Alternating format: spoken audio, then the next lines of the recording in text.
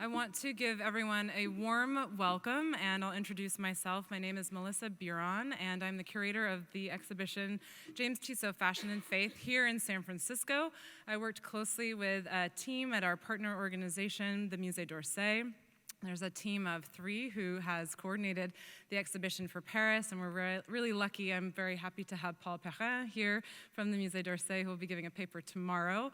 And along with Marine Kissiel and Cyril Siama, Team Tissot in America and France has been hard at work on this exhibition for several years.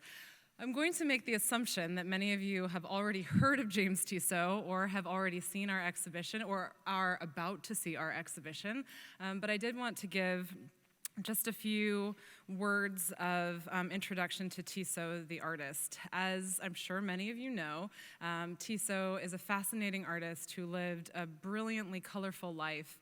He is an artist who is born in Nantes. He trains in Paris at the École des Beaux-Arts. He lives an important decade in London. He then returns to France. He ends up making nearly 700 watercolors illustrating the Bible at the end of his life. I have been working on Tissot myself for about 6 or 7 years, both as a curator and in a different scholarly capacity. Tissot is the subject of my PhD dissertation, which is about halfway written, and 2020 is my year. It will get done this year. I'm committed to doing that. Once the exhibition is over, once the symposium is over, I'll get to that, and we can all celebrate with some champagne, which I think Tissot would find very appropriate. I'm so thrilled to have an excellent 2 days of scholarship, new scholarship, that will present Tissot in new light. I think that we covered a lot of ground in our exhibition catalog. It's a very worthy investment if you don't have it yet on your bedside table for a little nighttime, almost 400 pages of reading. There's lavish illustrations. There's a lot of territory there. There's a lot of new ground that will break in the next 2 days. An event like this, especially one that is going to cover 3 days of work, could not happen without a team of people, and I am so lucky and honored to get to be the face of the show from the curatorial perspective, but there is really a network of people behind the scenes who make this happen, and 3 people in particular were really crucial to making these events come together, and I'd like to thank my colleagues Isabella, Maria, and Lexi, and in particular Lexi Paulson, without whom so much of what happens in these days would just fall apart.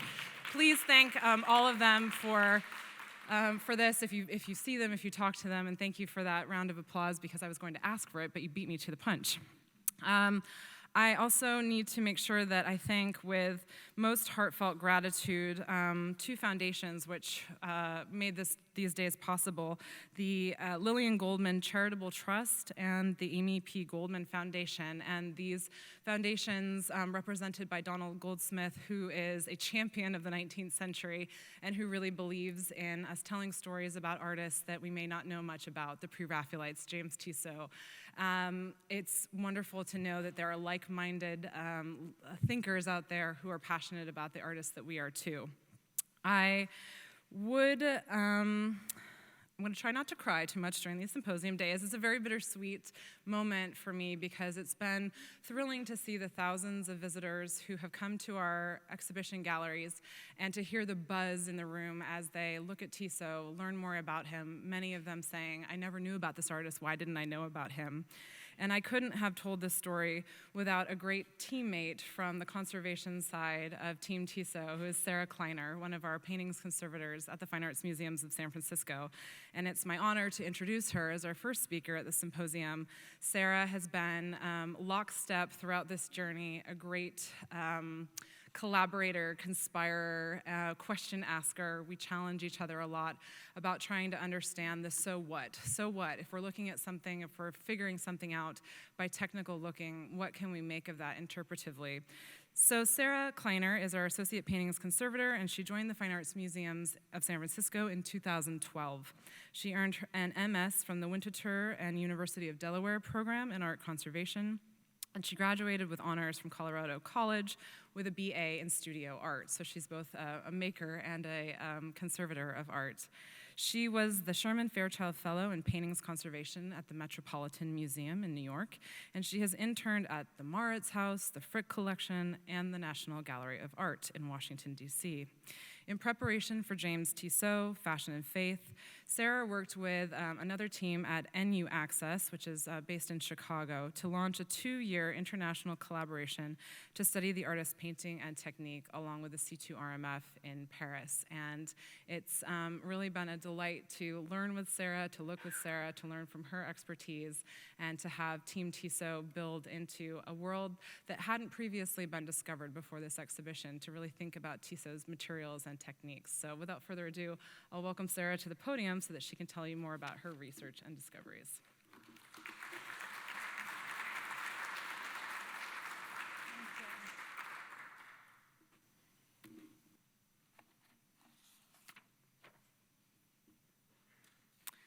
As a paintings conservator at the Fine Arts Museums of San Francisco, I have had the incredible privilege of studying works of art up close, holding them in my hands, and examining them with the benefit of technology and curatorial collaboration.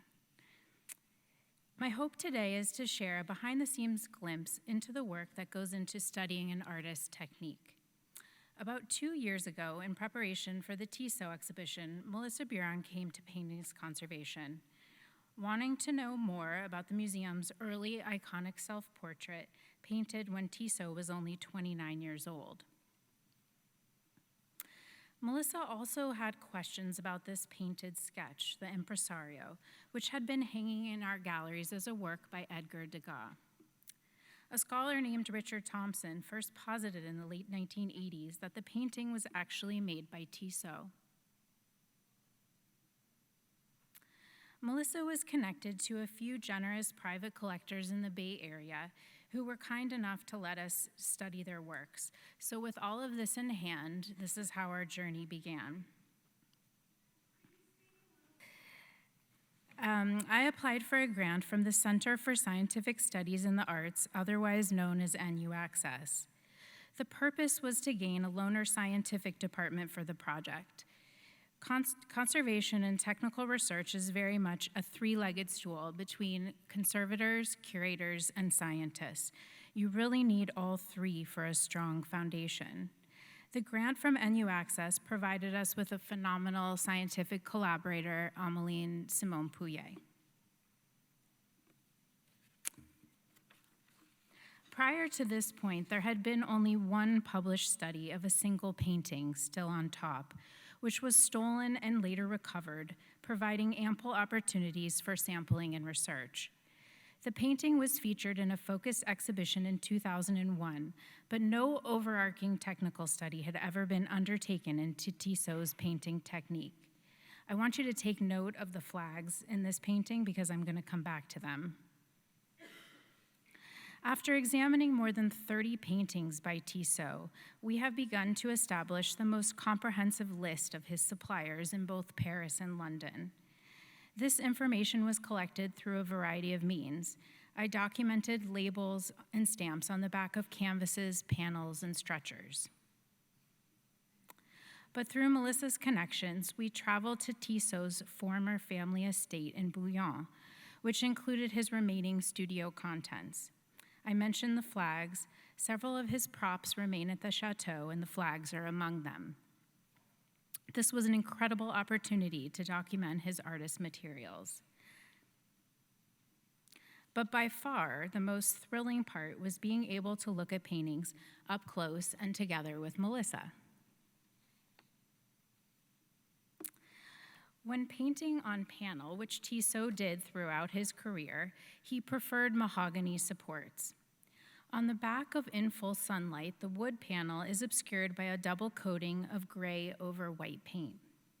I found similar gray coatings on many of the panels in our study.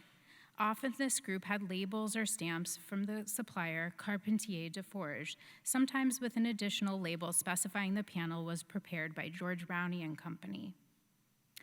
The double coating used to seal the wood, coupled with bevel edges, were extra levels of finish that Tissot preferred. Sometimes, as you see here, the beveled edge was removed, signifying the panel was cut down. In looking at the archive of the London-based supplier Roberson, I found entries with the help of Rupert Featherstone, where Tissot requested prepared panels cut to specific dimensions. Custom sizes would have also been an added expense. Tissot was financially successful. He was actually very financially successful throughout his career, which afforded him the opportunity to choose quality materials. We see this echoed in his pigment choices. There's lots of good hidden information in these pages, like Tissot was often buying, quote, extra stiff oil colors to order, end quote, which is something I need to learn more about, Anthea. Sometimes Tissot cut down panels during his painting process. I was surprised to discover that our self-portrait was actually originally part of the same panel as this privately owned work, Melancholy. And it's really remarkable to think that they both ended up in San Francisco. The rough cut on the right side of the panel was made prior to painting. If you look at the reverse, the supports are cradled mahogany. The cradle is the lattice structure on the back. Our painting is missing the original vertical cross members. Interesting, the cradle is original, which is unusual. Usually cradles signify later restoration. In this case, cradled mahogany was one of the most expensive painting supports available at the time. Here you can see the cradles align, and they also have the exact same tool marks on the back. In X-radiography, the wood grain is a perfect match. So Tissot started with a very expensive horizontal panel that he cut prior to painting. Tissot's propensity for formatting changes was not limited to his works on panel. Devi Ormond, a paintings conservator at the J. Paul Getty Museum, has been studying their stunning portrait of the Marquise de Miramont. Evidence shows that this painting was also cut down. The left and right tacking margins were both trimmed, and the paint along these edges does not correspond to the color on the surface of the painting. This is the most extreme example with green paint along the edge that has nothing to do with the velvety red curtain. In the transmitted infrared image, you see further clues of a different composition. The painting is still being studied, but the underlying patterns, colors, and shapes do not correspond to the visible image. Curiously, the large family portrait of the same sitter from the Musée d'Orsay has clues on the surface that also hint at an underlying composition. This painting is currently being studied by scientists at the Center for Research and Restoration of the Museums of France. The relationship between these two paintings, I think, warrants further consideration. After the support comes the ground, which prepares the canvas or panel to receive paint. It can influence the absorbency and tonality of the subsequent paint layers. Tissot often purchased pre-primed supports. X-radiography, which shows the different density of materials, if you think about getting an X-radiograph of your arm, for example, is useful for examining paintings. In the Getty painting, you see the lead-based ground applied with large, sweeping motions.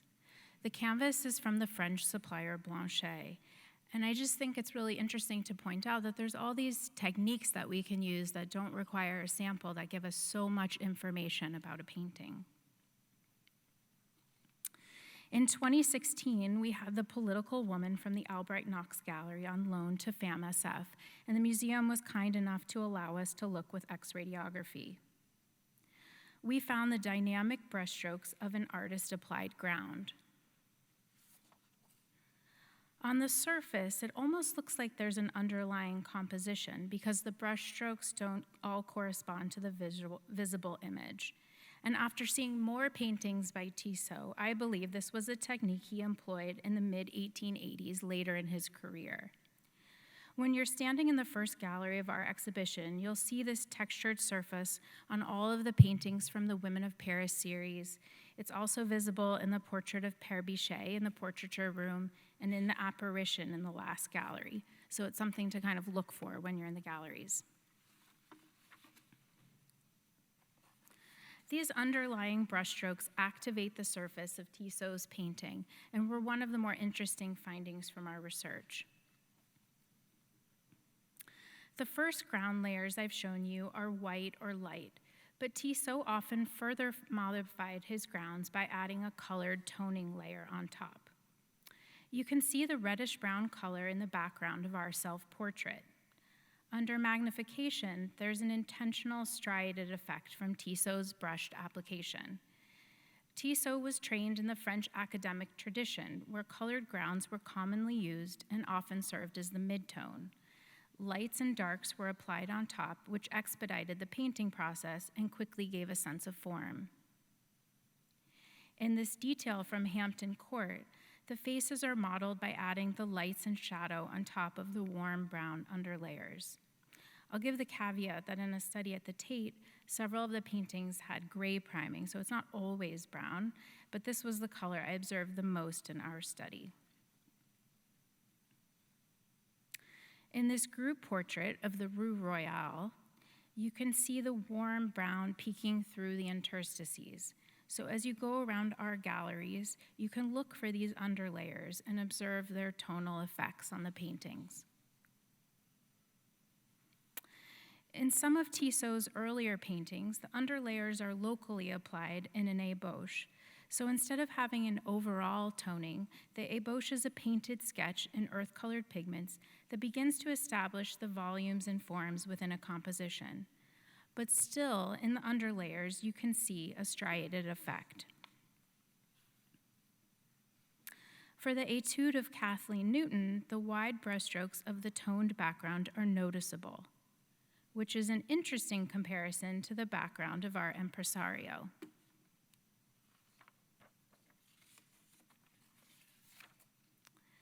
Another valuable comparison is between the dark brown painted underdrawing of our self-portrait next to that of the Impresario. These fluid, transparent lines are a hallmark of Tissot's painting practice. Sometimes they are entirely covered by the subsequent paint layers, but often glimpses of them peek through, as in the contours of the shoulder and jacket seen here. In a walk through the exhibition with our head paper conservator, Victoria Binder, she said, if you want to get to know Tissot's style, study his lines. In these details, note the dark, clipped parallel lines of underpainting in the hairline visible on both paintings, which are really quite similar. One of the earlier works in the exhibition had pencil underdrawing rather than underpainting, and in the infrared image, you can see small adjustments in the figure, like the shift of the hat. But this method of laying in his compositions was less common for Tissot. When I was looking with the IR camera, I was also searching for evidence of transfer methods like pencil grid lines. One of the early questions in my research was how Tissot incorporated the new invention of photography into his painting practice. At the Château de Bouillon, his family estate, there's a charming hand-sewn book made out of a canvas scrap with a list of keys for all the rooms. Key 123, which gives you a sense of how big the property is, went to Tissot's photographic studio. Many of his glass plate negatives and photo processing materials remain among his studio contents. Certainly, there is ample evidence to suggest that Tissot used photography as a compositional aid, particularly in capturing a gesture or pose. But he was a skilled draftsman and had no need for a transfer system. In this highly detailed watercolor of the reconstruction of Jerusalem and the Temple of Herod, you can see in the IR image Tissot's drawn perspective lines, but they have nothing to do with transfer methods. I just wanted to stop here and say thank you to Allison Brewer, our paper conservator, who captured these images 1 week ago, last week. So new doesn't begin to describe how new this is. I think photography had more of an influence on Tissot's ideas about cropping images that place you, the viewer, into the scene, much like his contemporary Gustav Caillebotte, who also experimented with photography. Tissot was an early adopter of new technologies, and we see this in his choice of pigments. The 19th century was a time of great innovation in the realms of chemistry and industry, which led to the development of a wide variety of new pigment options. Kathleen Newton at the piano is a good example of Tissot's preferences. While he used a variety of historic pigments like lead white, umber, and other earth colors, he also selected a number of modern pigments like chrome green, cobalt blue, cadmium yellow, chrome yellow, and most interestingly to me, cobalt green. Cobalt green is a pigment not often mentioned in the literature, reportedly due to its poor tinting strength and prohibitively high cost. It was about 2 to 5 times as expensive as other greens. But we found cobalt green on a number of Tissot paintings. Looking at the watercolor sketches compared to the painting, Tissot made a conscious choice to change the background behind the window to a shock of green leaves, reliant on his vibrant pigment choices. I wanted to back up for a moment and remind you of Victoria's comment about knowing Tissot's lines. This is a detail from an early etching and dry point Tissot made during his time in the Franco-Prussian War. I want to delight in the quality of his lines, which can be so varied, delicate or deep, and at times almost velvety and bold. And then I'll bring you back to his paintings, where his mastery of line is also visible. In a detail of the gallery of HMS Calcutta, take in the quality and variance of Tissot's lines. He is revered for his depictions of costume, defined here by the weight, shape, and tonality of his lines. He is able to describe the sheer fabric at the woman's back and the contours of her body below the ruffles of her dress. Another hallmark of Tissot's practice is that he repeats the same costumes, studio props, rooms in his home over and over in his paintings. For example, this carpet appears in many pictures, as does the fur, the furniture, the people. I love, this is just a fun note for me, I love seeing his easel tucked in the background of this painting. The Tissot scholars in the room can debate me. I don't think it's in another painting that I've seen. When Tissot's 28-year-old mistress, muse, lover, and partner, Kathleen Newton, is withering in front of him, he digests her in the way he knows how, in paint.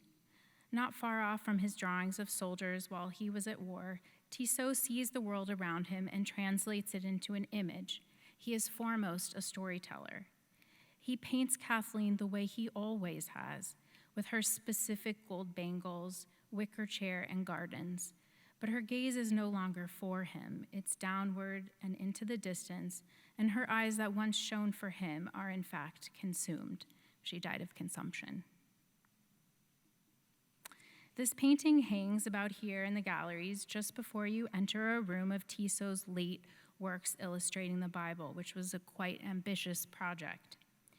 In looking at Tissot's career, I was interested to think about what elements of his painting technique stay the same and what aspects evolve. Our sage Victoria mentioned in passing that if paintings are novels, works of paper are like poems. This is a watercolor from early in Tissot's career. In his depiction of a wounded soldier, he uses a fairly traditional watercolor technique, where the white of the paper is left in reserve for the light areas of the image, as in the sling around the soldier's neck. This late biblical illustration of the agony in the garden is something entirely different. It's more reflective of his oil painting technique. The toned brown paper serves as the midtone, and the whites are painted on top with opaque watercolor, rather than using the white of the paper. The effect of the dark brown underpainting lines in the sketch of Kathleen Newton resemble the line quality of the brown contours in the watercolor. He uses the cropped image technique as well as a sense of atmospheric light that he developed in his paintings. With all of the technical study, I still don't know how he makes the light glow in certain paintings. Here's an early example from the left in Marguerite in the Church, and a late example in The Apparition. But when I look at a late watercolor like The Ark Passes Over Jordan, I see many hallmarks of Tissot's painting practice. The impact of the colored brown paper, the dark brown contours of the figures, and the modeling of the lights and shadow. Tissot has literally left his mark. His fingerprints are visible in the froth of the waves. So I return to our Impresario next to the political woman for which it might have been a sketch, and I hope you can see some of the hallmarks that I see. Whether or not you think it is by Tissot or Degas, which Anthea Callen, a great scholar of 19th century paintings materials, will dive into later today, I hope with deeper looking, elements seem more familiar. Contained within every layer of a painting is hidden information, and collectively, these layers begin to tell a story of an artist. We have had many great partners in this work. Our study launched an important parallel collaboration between scientists at the C2RMF and the Musée d'Orsay, and they have a beautiful catalog that's going to be coming up with their exhibition. I also wanted to point out Ameline Simon-Pouillet and Devi Ormond in this picture. They've been key partners who've been so generous with their knowledge and expertise. And thank you especially to Melissa for her vision for the exhibition in support of this work. Thank you.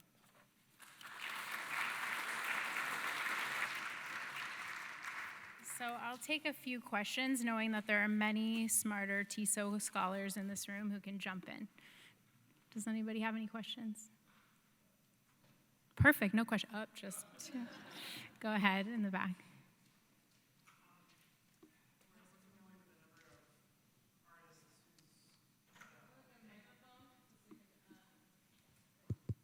Thank you. We're familiar with a number of artists whose paintings have faded, certain colors have faded over time because of the quality of the particular pigments that they used. I'm wondering if that ever happened to Tissot, and it occurred to me while you were talking to wonder also whether that maybe cheaper pigments had more propensity to fade over the years, maybe Tissot, because he bought more expensive pigments, maybe that didn't happen to him. Yeah, so the question is that you've observed in other paintings fading of the paint layers, and perhaps because Tissot used higher quality materials, did his works fade less or more? And I'm very aware that Anthea is an expert and in the front row. But I will say that, typically paintings don't fade in the same way that works on paper or textiles do. There are pigments that can change with light, dye pigments, etc. Tissot used, for example, cadmium yellow, which was a more expensive yellow color that had better stability properties, and I certainly think that his high quality materials have aged really well. So the answer is yes, it helps. And do you have anything to add to that? No? Well, I also think that his layering works in his left. I would rather hear her answer this question. His layering process is really sound too, because it's not just the colors, it's the way you use them. If you put the layers on in, with the wrong amount of either diluent or oil in, you can get cracking and all sorts of problems, but he's clearly a really sound painter. He knows what he's doing technically. So I think it's not just the color, it's what you do with it. This is good. Any other questions? No?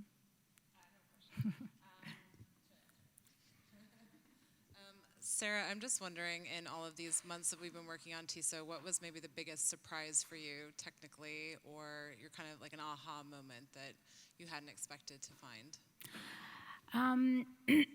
So when I was starting this project 2 years ago, I knew nothing about Tissot. I knew only a little bit about, I'm not a 19th century paintings expert. And for me, my aha moment came, looking at the Impresario at the beginning and really having no point of view. I just didn't have an educated enough eye to have a perspective. And so every couple of months, I would come back and look at that painting in the galleries and think, like, do I have an opinion yet? And for a long time, it was no, I didn't. I didn't have enough information.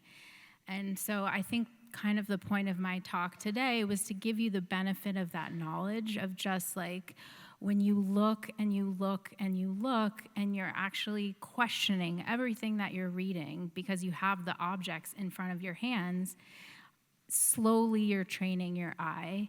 And eventually my aha moment came when I looked at it and I was like, yeah, that's definitely by Tissot.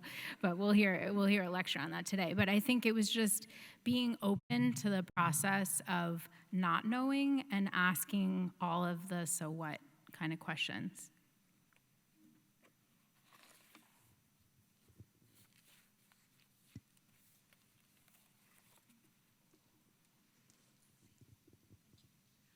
Can you hear me?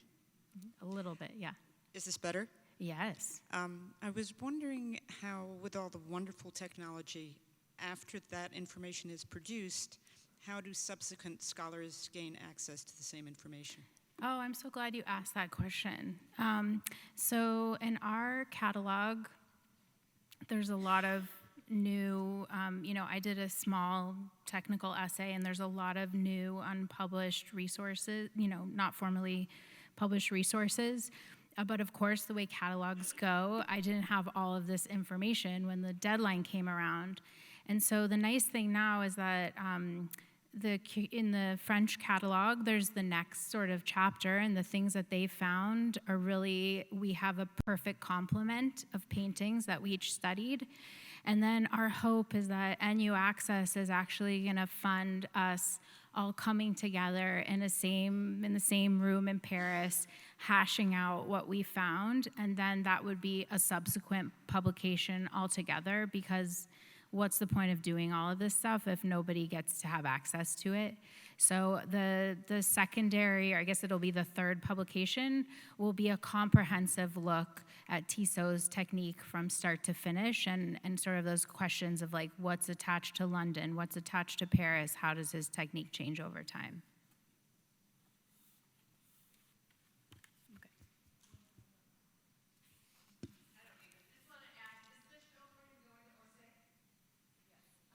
Yes, thank you for that easy question. If you maybe missed that, thank you, Sarah, for...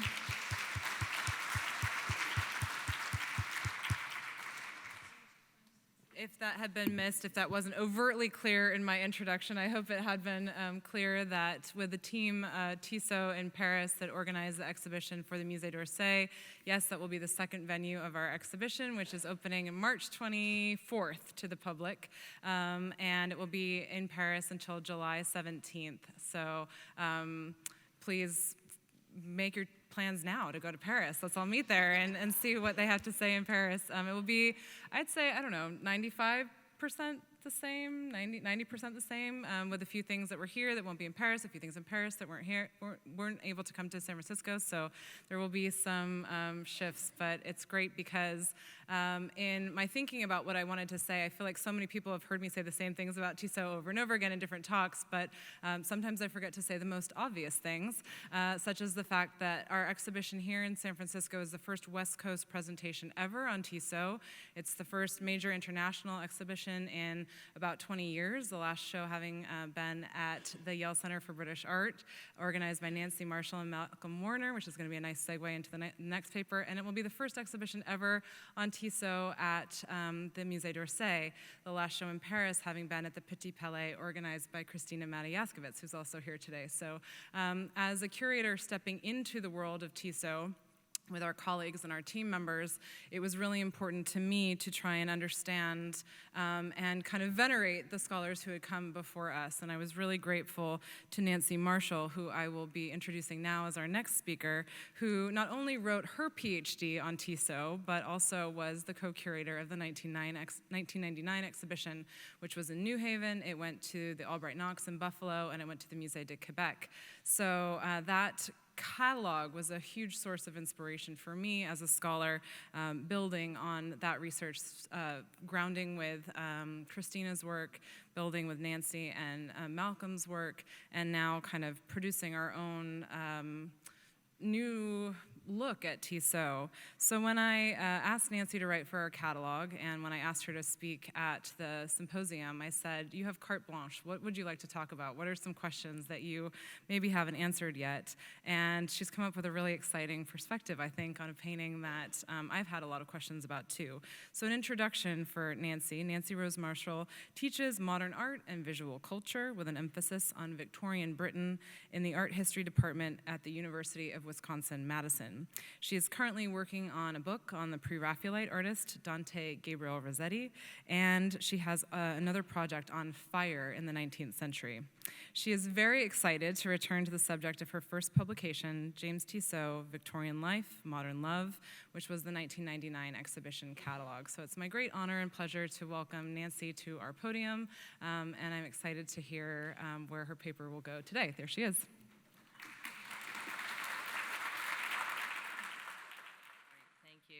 Thank you, Melissa, and thanks also to Melissa and Lexi Paulson for their extraordinary welcome here. I am almost as excited to see all of you here as I am to be here myself. I want to also thank my colleagues with whom we just had some wonderful discussions in the gallery and who wrote really inspirational pieces in the catalog that I hope you will all be seeing. So, I am really on an aesthetic high. I'm very, very happy to be right here, right now. Okay, so my title, Chicks with Guns, Tissot's Safe to Win and Women's Relationship to Firearms.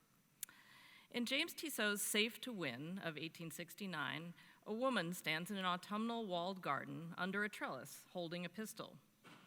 Her intent gaze sighted along its barrel to an invisible mark outside the picture plane to the right.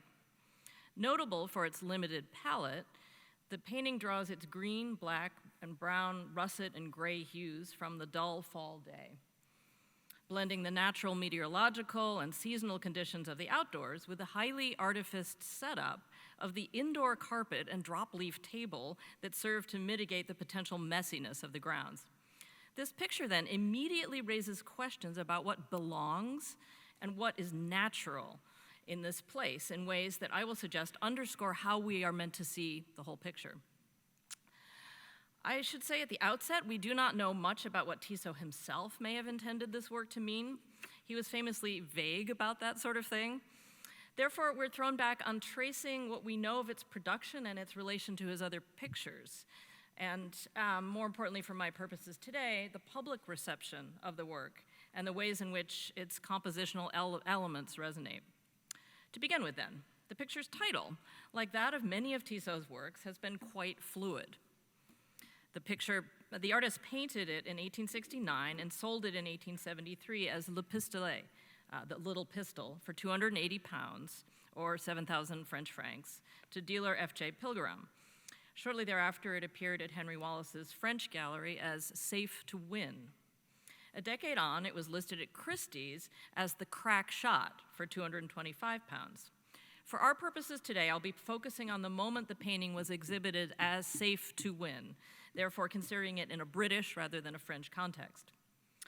The subject matter relates to the work readily to Tissot's focus at the time, as it is one of several images of young Parisian women enjoying recreational leisure, such as in church or the skaters, such as in church or the skaters. Moreover, shooting and hunting on a country estate appear in the artist's unfinished Déjeuner sur l'herbe of 1865 to 68, which represents, you can barely sort of see, men with rifles and an Amazon or a woman on horseback. In response to the picture's exhibition in London, reviewers remarked on the fact that it was brilliantly drawn and that its execution is most careful. But hard on these comments, joining the persistent chorus of similar complaints about Tissot, they also found, quote, proof of how little beyond consummate executive skill and refinement with which he treats modern costume and costume is necessary to him for making a picture. Another added, we cannot say much in its praise except that a cashmere shawl is admirably imitated in it. Tissot inevitably was critiqued for the obdurate material truth of his works, his apparent by-rote transcription of what he saw. To critics, it was as if he produced a perfectly lifelike figure, but did not rise above the mechanical, by breathing a soul into it through pointing a moral, telling a story, or elevating the subject to a claim of substance and truth. But Tissot's renderings of modern life subjects in ways that are exaggeratedly true to life, hyper-real, gratingly insistent on the details of fur or gleaming wood, as here, paradoxically remind us that the painting is a made object, drawing our attention to its surface and its artifice in true modernist vein. At the same time, Tissot asks viewers whether this world, or which aspects of this world, might be appropriate for rendering in the rhetorically hefty medium of oil paint. In the words of the reviewer, Tissot wanted people to see modern costume and costume in order to evaluate them. In this case, he demands we consider a woman at target practice in a cashmere shawl as high art. And indeed, perhaps most immediately noticeable in Safe to Win are the sumptuous paisley folds of the lady's jacket. This is just another of Tissot's obsessively detailed fashion plates, then, we think, a painting of a modern woman in which surfaces and external appearance mean more than inner lives, moral truths, or universal meanings. As we look again, though, we find some odd details driving us to ask more complex questions. One of the most striking elements is the depicted space, a complicated virtuosic display of perspective, seen from askance rather than directly receding into the background. Like his friend Edgar Degas, whose fraught interior of 1868-9 we see here, Tissot favored these skewed compositions, one sign of an avant-garde lack of convention. In traditional perspective, the viewer is simultaneously addressed by and created by the picture, which is staged as a window on the world through which we take in a commanding overview, as in, for instance, the central panel of British artist Augustus Egg's Past and Present of 1858. Tissot's intervention in normative renderings of space sets us off kilter and pushes us harder to get our bearings and to see what is hidden from us. Moreover, there are three figures in the work, but all are inexplicably crowded into the left half of the painting, with a standing woman so dominating the space that the other two people are squeezed into the small gap between the trellis post and the woman's bulky fashion, which reduces them to mere hands and eyes, seeming afterthoughts in what is apparently a very badly planned composition. The odd perspective and these freaky figures, however, actually provide clues as to how we might open out this picture in some profound directions. When we follow the orthogonals, the perspective grid lines, across the picture plane, they all, with one oddly errant exception, this one sort of here, roughly meet up at a vanishing point off to the right, drawing our focus and curiosity to the invisible target, we assume target. Much as do the squashed background figures' gazes, Safe to Win, then, demands we ponder the offstage object at which the woman is looking or aiming, making us consider, in turn, the next moment in time at which the gun will discharge and the bullet will traverse the line we are anticipating out to the side. In this way, the picture suggests time through its rendering of space. Yet it also deliberately balks our understanding of the narrative. What at first appears to be a transparent sequence of events suddenly withholds much from our understanding. The depicted individuals have access to information we do not. The target, the site of the end game, and the closure of the story. Tissot's apparently straightforward work begins to take on hallmarks of a modernity in which meaning is potentially unknowable or unstable. The tiny, collapsed figure of the woman with her hands to her ears also keys us into the significance of time, in that it indicates that the moment portrayed is one just before the markswoman will pull the trigger. We are in a suspended instant in advance of an action, prior to consequences and conclusion. For artists to tackle the portrayal of time is quite challenging, and Tissot clearly wants us to think about that here. A frozen present full of potential, and a future in which that potential has been unleashed toward a conclusion. As a modern artist, he is telling us to watch him portray the right now with extraordinary dexterity and cleverness. So the picture sets us up to focus with excruciating clarity on this right now and its denouement. But what is at stake? So much serious attention is paid here, but to what? I would argue we are being asked to look and think carefully at this work because of the thorny questions it poses around who is allowed to take such action and why, and what will be the outcome. The elegant aesthetics of this picture, veiled as it is also by the distance of the past and the decorativeness of the woman's outfit, can make us forget that we are looking at a weapon, the purpose of which was to kill in the hands of a woman. A woman with a gun was an extremely unusual image in any visual medium for this time period, and its presence in a full-scale oil painting for the market even more so. An unusual subject must be chosen for a reason, so what does it mean? Most commonly used in the betting world, the phrase safe to win indicates a sure thing. This title sets up the scene as one of competition, making a casual garden recreation into an event with something at stake. Given the presence of two women and a man, the metaphorical Cupid's arrow, finding its mark, resonates loudly here. And indeed, Tissot was fond of just such subjects, as in How Happy I Could Be with Either of 1877. Given that both women's hands are similarly ungloved, it would appear that they are the ones involved in the target practice, in contrast with the glove hand of the man. Are they in fact competing for the man's attention? A woman holding what has long been identified as a male, even phallic object is inevitably sexualized, making her an object for salacious contemplation. As Deborah Hampshire, in her 2001 book, Women and Guns, Politics and the Culture of Firearms, remarks, quote, people associate guns with penises for obvious reasons. They point, they ejaculate, they penetrate, they can be shocking when exposed, and they can usually be found adorning men. A Google image search reveals marked differences, even now, in the top results for man with gun and woman with gun, as you can pretty obviously see some of the differences here.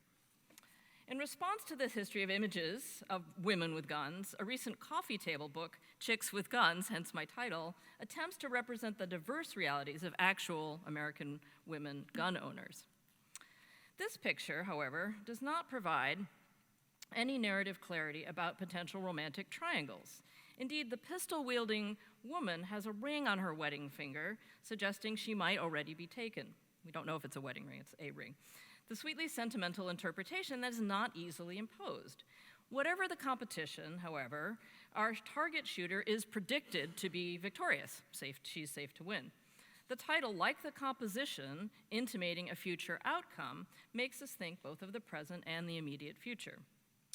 The sexualization of the woman points us to the fact that titles such as Safe to Win and The Crack Shot, the later title, carry gendered associations, as they signify quite differently when applied to a work like Tissot's from the way they do in the context, say, of an engraving of the British Volunteer Rifle Corps in 1871.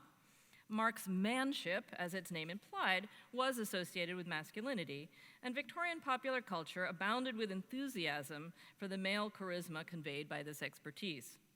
Could Tissot's woman really be a crack shot, or is this an ironic or openly humorous commentary on her actual incompetence? Is she, in fact, even safe? Our depicted lady faces a conundrum. Is she merely a silly young woman with a lack of knowledge of guns, becoming an image of just fetishized femininity, behaving appropriately as a woman, but inappropriately as a gun wielder? This, in turn, raises the question of why a society would regulate or define femininity in such a way as to make women dangerous to themselves and to others. Turning again to the reviews, one saw her unproblematically as skilled, describing her as, quote, a lady of fashion practicing pistol shooting and taking aim with a composure that is certainly suggestive of success. Others simply remarked that she was practicing or improving her aim. The picture's close attention to her hands and gaze suggests that she is handling the pistol with expertise. In Tissot's sketch for this work, he did not even bother with the gun, but rather was trying to get hands and eyes right. It sort of looks like she's holding a banana or something. So the hands and eyes were clearly his priority. This pistol bearer is actively coordinating her body movements with her vision in a way that contrasts with the timid, defensive passivity of the lady in the background, whose peculiar representation suggests she exists as comic foil to the confidence of her friend. The man's gloved fist curves so forcefully around the woman, it almost appears to hit impossibly up against the trellis post in the foreground, offering conventional masculine protection. Indeed, the dominant notion was that, in the words of an article in the journal Outing, that there was, quote, an inborn feminine antipathy to a gun. There is a shock in the terrible suddenness of the discharge that many women can never overcome, such that even when they conquer their fear of it and can fire it off, the recoil is so unpleasant and alarming that the first attempt often proves to be the last. The woman in the background, then, is modeling an appropriately feminine response to the anticipated crack of the gun. From this miniaturized background vignette, our serene shooter emerges powerfully and as a different model of womanhood. However, another reviewer dismissed this figure as merely, quote, a fashionable young lady practicing with a toy rifle. So, is she decorative and adorable, clueless and incompetent, or is she a crack shot, and therefore potentially deadly? A gun requires expertise to wield safely, so if this woman is inept, she's apt to be accidentally dangerous. If skilled, she becomes intentionally dangerous. Either scenario, she represents a cultural problem, and the gun is out of place in her hands. Indeed, the precise moment portrayed here is relevant. Reviewers saw her as taking aim. The pistol is cocked, and the fearful figure in the back suggests imminent gunshot, as noted. However, this would seem, and I'm sure some of you who actually might shoot pistols are thinking this would seem an awkward and even dangerous grip. As Metropolitan Museum curator John Belle notes, quote, this is an arms and armor curator, he said, the flash would go off inches from one's eyes and it would seem that the pistol would be difficult to control when held in this way. However, he gave me some new evidence that particularly regarding a British form of dueling pistol, it may have been held at least with a slightly bent arm. Perhaps, Belle concedes, by gripping the stock very low towards the butt as the lady does and placing a firm grip ahead of the lock, it would work just fine. However, Tissot may have actually intended to portray the woman expertly inspecting the gun before shooting. Much of our reading of the woman's skill, then, relates to our interpretation of her hold on the gun and the precise stage of her movements. We can't answer that question, and that's the key. The picture, then, demands in a number of ways that we consider the question of who can and cannot use guns. The issue of who has and does not have or should not have access to a weapon was and is a very charged one. Considering this topic from our own vantage point, we cannot help but remember our own roiling gun control debate, driven by statistics such as the fact that 87 people a day die from gun injuries in the US. Indeed, the seeds of this contemporary conversation lie in the 19th century and earlier. Historically, in England, the aristocracy and monarchy sought to protect both themselves and their hunting rights through a series of game laws beginning in 1389, limiting possession of guns to the elite of landed society. In the 17th century, the Bill of Rights established the right to own arms for defense, quote, suitable to condition and as allowed by law, restricting them to Protestants and the wealthier classes. By the period of Tissot's painting, however, the individual rights of Englishmen to bear arms was generally well established. What of English women, however? It is important to note that as Dave Miller, curator of National Firearms Collections at the Smithsonian, and John Bile point out, this practice session involves 3 different types of weapons with different purposes to which women were differently positioned. Leaning up against the table are a double-barreled shotgun and what appears to be a rifle. Jonathan Ferguson of the Royal Armouries at Leeds specifically identifies the woman's pistol as well as the 2 pistols on the table as classic French percussion, as opposed to the older flintlock style, target or dueling pistols of the style known as lepage. Textual evidence suggests that while aristocratic women sometimes hunted with rifles, for middle-class British women in 1873, shooting game was generally still considered unladylike, although these views are in rapid transition at this moment. The Contemporary Review in 1868, in an article entitled On the Education of Women, cautions that a woman should not overtax herself by, quote, attempting exercise which demands too severe tension of her muscles.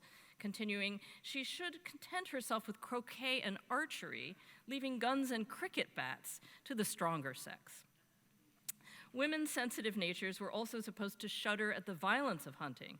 As an 1887 sporting manual explains, we must draw the line at game shooting. The idea of taking away life is or should be revolting to a woman's feelings. Women are not commonly portrayed at target practice. While Queen Victoria seems at first in this image in Punch to be a serious riflewoman in her 1860 display of her shooting on Wimbledon Commons in honor of the first meeting of the National Rifle Association, in reality, she pulled a silk cord to release the trigger of a rifle already set up to hit a target. However, women participated in these annual National Rifle Association competitions for the first time in 1881, and by the 1890s, Outing magazine could comfortably contain an article on women's guns and gunning. Tissot's painting, then, is situated precisely at a critical moment in changing attitudes towards women using weapons. Pistol use, on the other hand, and especially dueling, were rare activities for women. Mrs. Beeton's Manners for Polite Society of 1875 pronounced, quote, let a woman thrash a dog or a horse, or talk slang, or stamp and storm about the stables, or smoke, or practice pistol shooting, and she discussed those in whose good opinion she is most desirous of finding a place. Women rarely committed murder with guns, typically choosing poison, although the infamous Marion Manning did kill her lover with a pistol in 1849. Female denizens of London's East End were portrayed as arming themselves against Jack the Ripper in 1888. You can see the pistol there. Fictional handgun wielders include Charles Dickens' Madame Defarge of the 1859 Tale of Two Cities and Lady Dedlock's similarly French maid Hortense in Bleak House of 1853, who shoots the attorney Tulkinghorn. Women did, in fact, participate, if rarely, in duels. In 1869, the Illustrated Police News breathlessly repeated a story from the French newspaper Le Gallois about 2 aristocratic Parisiennes fighting over a handsome man, admonishing, let us hope, however, that the example set will not be very extensively followed. It is all very well for women to demand the suffrage and other supposed rights. Dueling, they had better consider the exclusive right of the rougher sex. The overt link here between the rights of women to bear arms and to vote reminds us forcefully of the relationship between enfranchisement and weapon bearing. Another police news plate this year, rather surprisingly, depicted a duel between nuns in Genoa, Italy, reassuringly reporting that no one was injured. Here, by the way, is my nod to the faith part of this session. In an 1881 novel by military man Edward Moxey, entitled Woman's Fortitude, A Tale of the Cawnpore Tragedy, 2 British women in India surprise their male relatives by revealing they have acquired and learned to use pistols. One woman remarks, "It is not what I would do from choice, but it could do us no harm to know how to load and how to fire." Her husband responds with pride, "It only requires circumstances to draw out the Englishwoman." This account reminds us of the extent to which the appropriateness of gun use for women was situational, acceptable in certain contexts, and that the same act that appeared in London as unwomanly would be admirable in the colonies. India regularly features, in fact, as a site in which white women have the right to kill brown men. In a much repeated story, for instance, the daughter of a British general, Margaret Wheeler, defended herself from assault during the Indian Rebellion, as shown in an engraving in which she levels 4 quite caricatured sepoys. Indeed, the ultimate deadly purpose of the weapons shown in Safe to Win became both more personal and more immediate for Tissot between when he painted the work and when he exhibited it.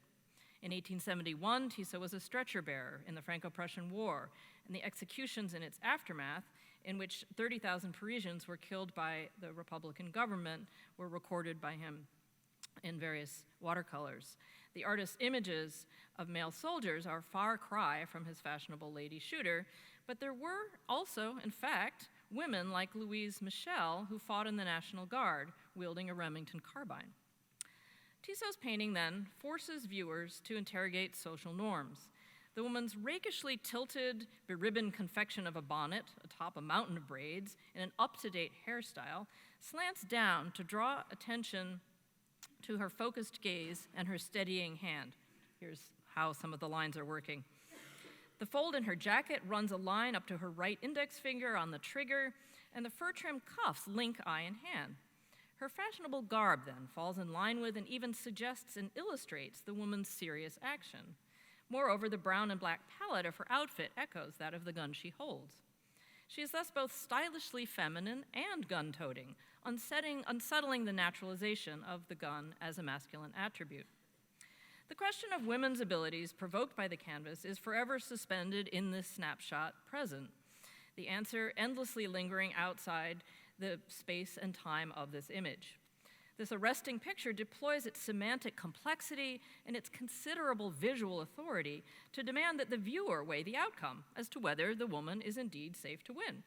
Like Tissot himself, is she feminine, decorative and lightweight, or masculine, substantial and serious? With this painting, Tissot makes us wonder about the ability of his form of art to hit its mark.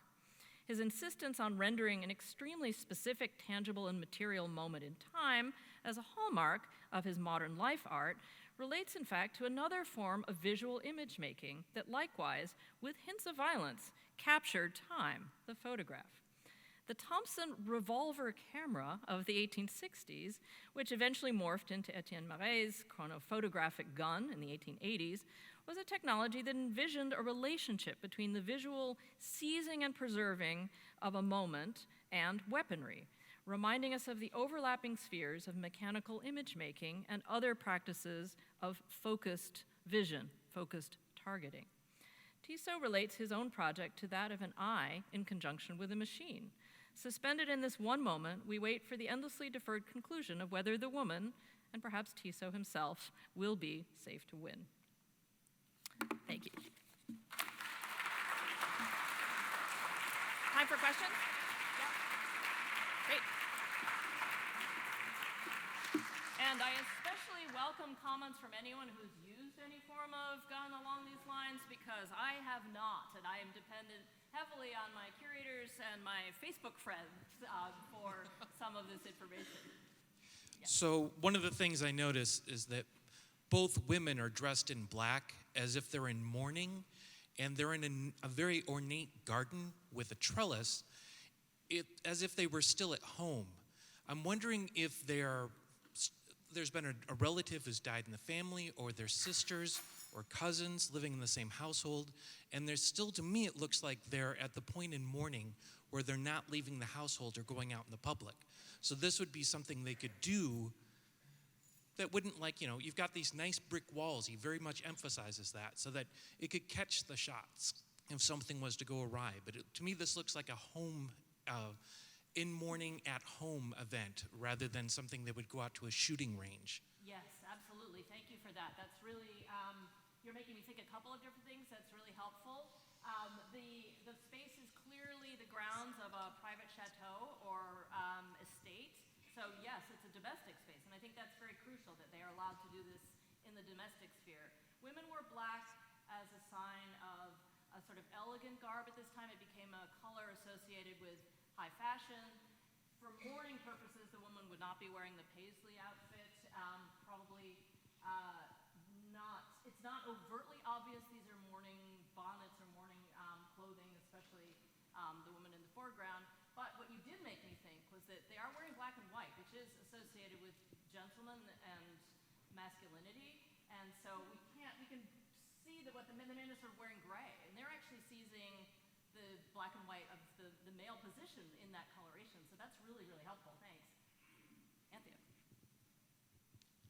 Yeah, tell me, is there any evidence suggesting the American influence, people like Annie Oakley, or even the American nature to carry guns with women as well, such as derringers? So was there any influence from this country on both European, French, or British painting? I couldn't quite hear the beginning of that. Was there any influence in this country, on the art in this country of French and British art? Was there any American influence on carrying guns? People like Annie Oakley, or the whole Buffalo Bill circus sharpshooting? Yes. Was that any influence in the 1860s, 1870s on European painting? What a wonderful question. Certainly the American Wild West mystique was in circulation in Europe to an extent. In the 1860s, I believe that's before Annie Oakley. Can anyone correct me on that? And Wild Bill is a little bit later as well.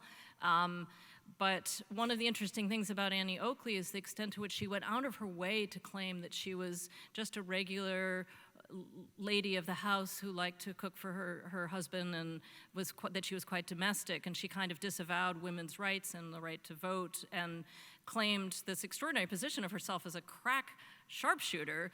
She's an American woman who was famous for her rifle work, but she at the same time occupied a very complicated position in terms of whether she was espousing a male position or a more overtly feminine one. But in terms of the influence, America, there are many more, the whole story of women represented with guns is very different in American culture and American art because of the context.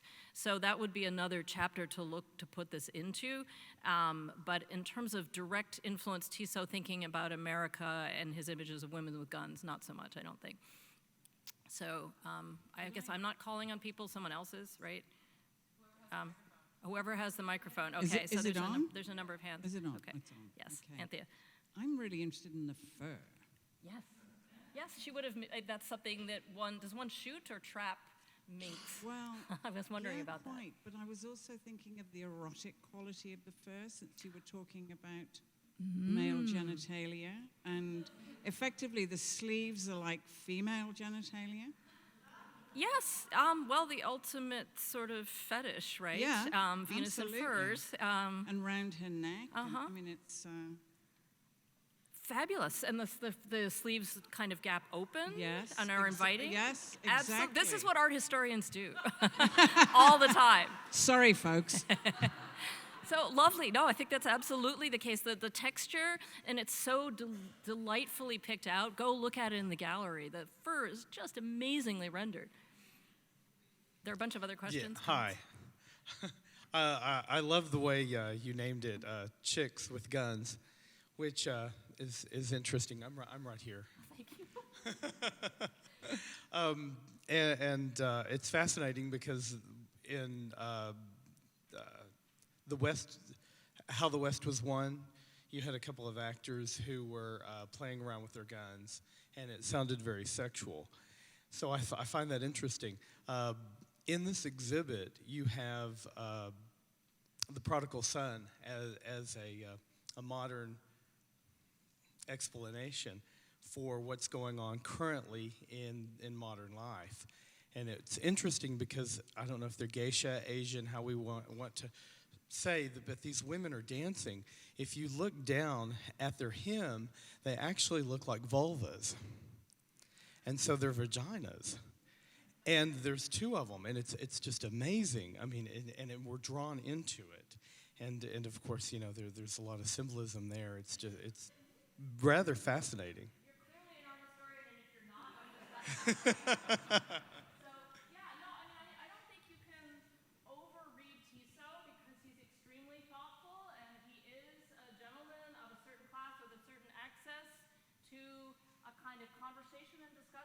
between men about women in ways that would certainly involve a fluency in the pornography of the period. I'll leave it there. So I don't have the mic, so whoever gets it.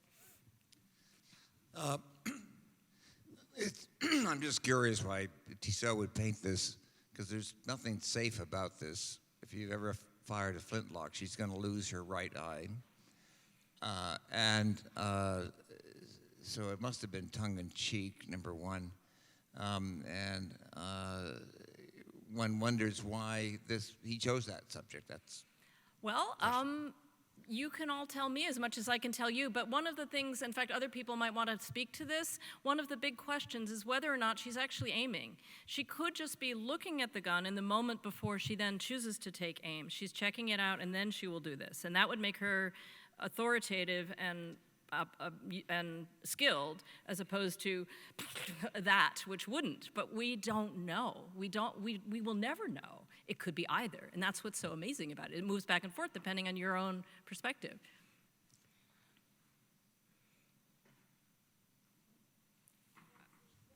I'm interested in two things.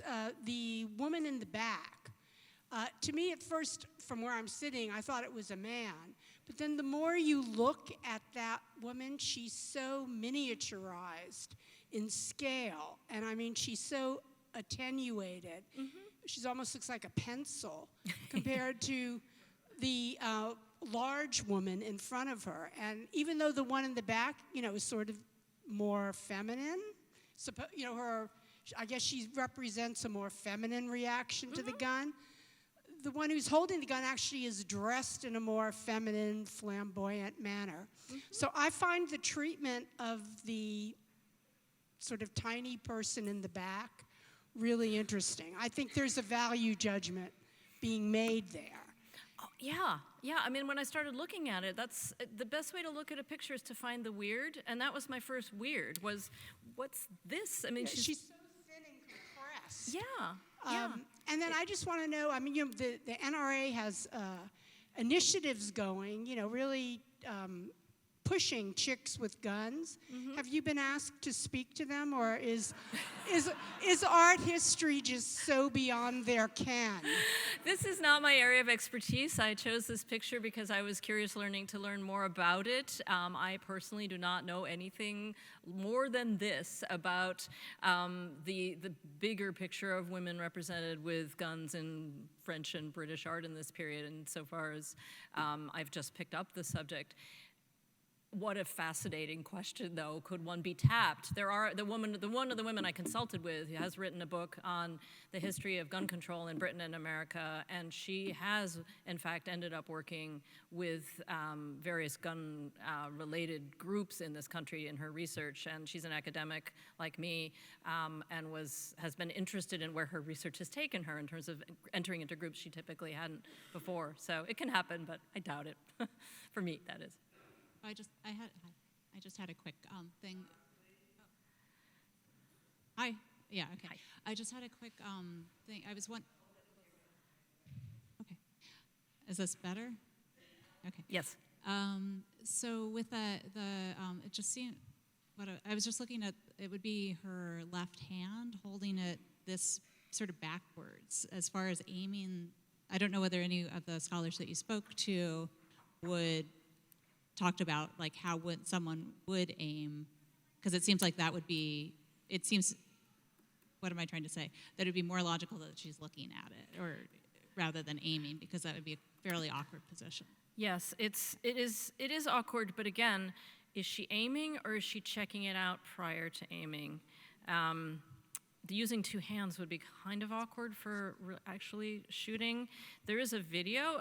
The one thing about gun buffs is there's lots and lots of information available to everyone if you want to research this. There's a video of exactly the recreation and model of this pistol being shot, so I could see just how much recoil there was. There isn't a whole lot. But the man certainly does not hold it like this. He holds it straight out, as was appropriate. So the twisted hand is sort of beautiful. We get to see her ring. We get to see this beautiful display of how to paint a hand in space. But it draws attention to its own awkwardness, I think. One more for whoever gets the mic next. I really think she covered that. However, when I looked at it originally, it looked like she was looking at it through her left eye. But you know, there really are other things in this painting besides the gun. For instance, the man looking from behind and the things on the table and the detail he's done. I think that's very interesting. The what's on the table? What did you say about the table? I missed There that. are other items on the table, Yes. I think, that are yes. interesting. There's a cloth, a little bowl, which probably would have held shot or powder in it. Someone else suggested maybe there's some liquid for cleaning the guns or oil for cleaning the guns on the table. Yeah, lots of details. Beautiful foliage in the background, too, which would go to showing us kind of what kind of garden this is. So.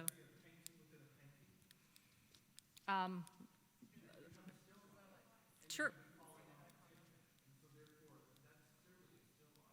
Absolutely. He's showing he can do it all. Absolutely. Christina, you had a comment? Yeah, just a very short comment. Is that on? Just that the title Safe to Win, Tissot sold it with the title Le Pistolet. And the title Safe to Win, we don't know whether the dealer suggested that, or it was whether that exhibited was as the dealer that. that suggested it. Exactly. So Yes. that's one of those difficult things with the title changes. Yes, That for me, it was that we have newspaper reviews and a publication of the picture under this title, so that's how people were understanding it through that title lens, whoever chose it. So, yeah, thanks. Okay, great, thank you. It's my great pleasure to introduce Lucy Paquette, who in 2012 wrote a biography novel based on true facts from Tissot's life called The Hammock, a novel based on the true story of French patriot James Tissot, which you can access on Amazon Kindle. Since then, Lucy has produced many scholarly publications on her monthly blog, The Hammock. It's a treat to be here among so many fellow Tissot enthusiasts, and Melissa's, thank you, right. Melissa's enthusiasm is infectious. Thank you for bringing Tissot's work to a new and wider audience here, and thank you for extending the invitation to speak today on James Tissot and the little class of the Belle Époque. After 1885, while James Tissot dedicated himself to illustrating the Bible, even making 3 trips to the Holy Land between 1886 and 1896, he was enjoying the heady delights of the French capital as the boulevardier, or man about town, that he was prior to the Franco-Prussian War. Original research on this little-studied period of Tissot's life changes the perception of the artist during his years as a Bible illustrator. While Tissot and his surrogates created the myth that he devoted the remainder of his life solely to this ambitious faith-based project, he was able to publicize it and his spiritual goals while quietly leading a life among the most fashionable echelon of Parisian society, the little class, thus ensuring the success of his great endeavor. Described as a complex being, Tissot's complexity was never more evident than in the fusion of the private person and his public persona during the Belle Époque. When James Tissot's 11 highly successful years in London ended with the death of his young mistress, Kathleen Newton, in late 1882, he returned to France and attempted an artistic comeback with his 15-canvas La Femme à Paris, Women of Paris series, which, despite any social or professional connections he may have retained in Paris, was poorly received. Tissot still painted in the style that had brought him success in Paris prior to the outbreak of the Franco-Prussian War in 1870, and in London in the ensuing decade, but now was outmoded in France. In addition, his graceful puppets were not considered reflective of Belle Époque Parisiennes. The 3 you see are the fashionable beauty, the woman of fashion, and the political woman, whose pink dress was sneered at as inelegant, with a pointed black girdle that had been out of fashion for 20 years. In 1885, as this endeavor was failing, and Tissot was attempting to contact Kathleen Newton through a series of seances, fashionable at the time, he had another vision, a strange and thrilling picture of Christ. After this religious revelation, he dedicated the rest of his life to illustrating the Bible. inventing a myth of a single-minded and transcendent quest that he actively fostered over the next 15 years. He lacked the support of important figures, such as writer and critic Edmond de Goncourt, a cynical observer of those around him, for whose novel Tissot had made illustrations prior to Mrs. Newton's death, his novel René Mauperon.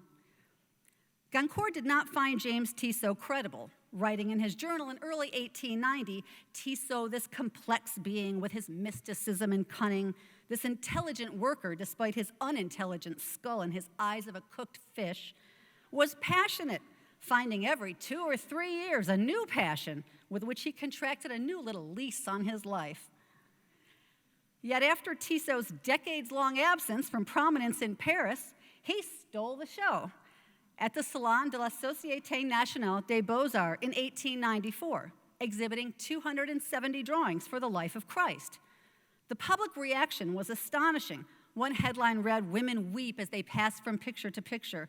Some even sank to their knees and crawled around the galleries in adoration. Tissot's achievement was the talk of Paris. At a dinner party in early May, given by Tissot's longtime friends Alphonse and Julia Daudet, celebrated writer Émile Zola said he was captivated by Tissot's Bible illustrations, but realist painter Jean Raffaelli thought them revolting.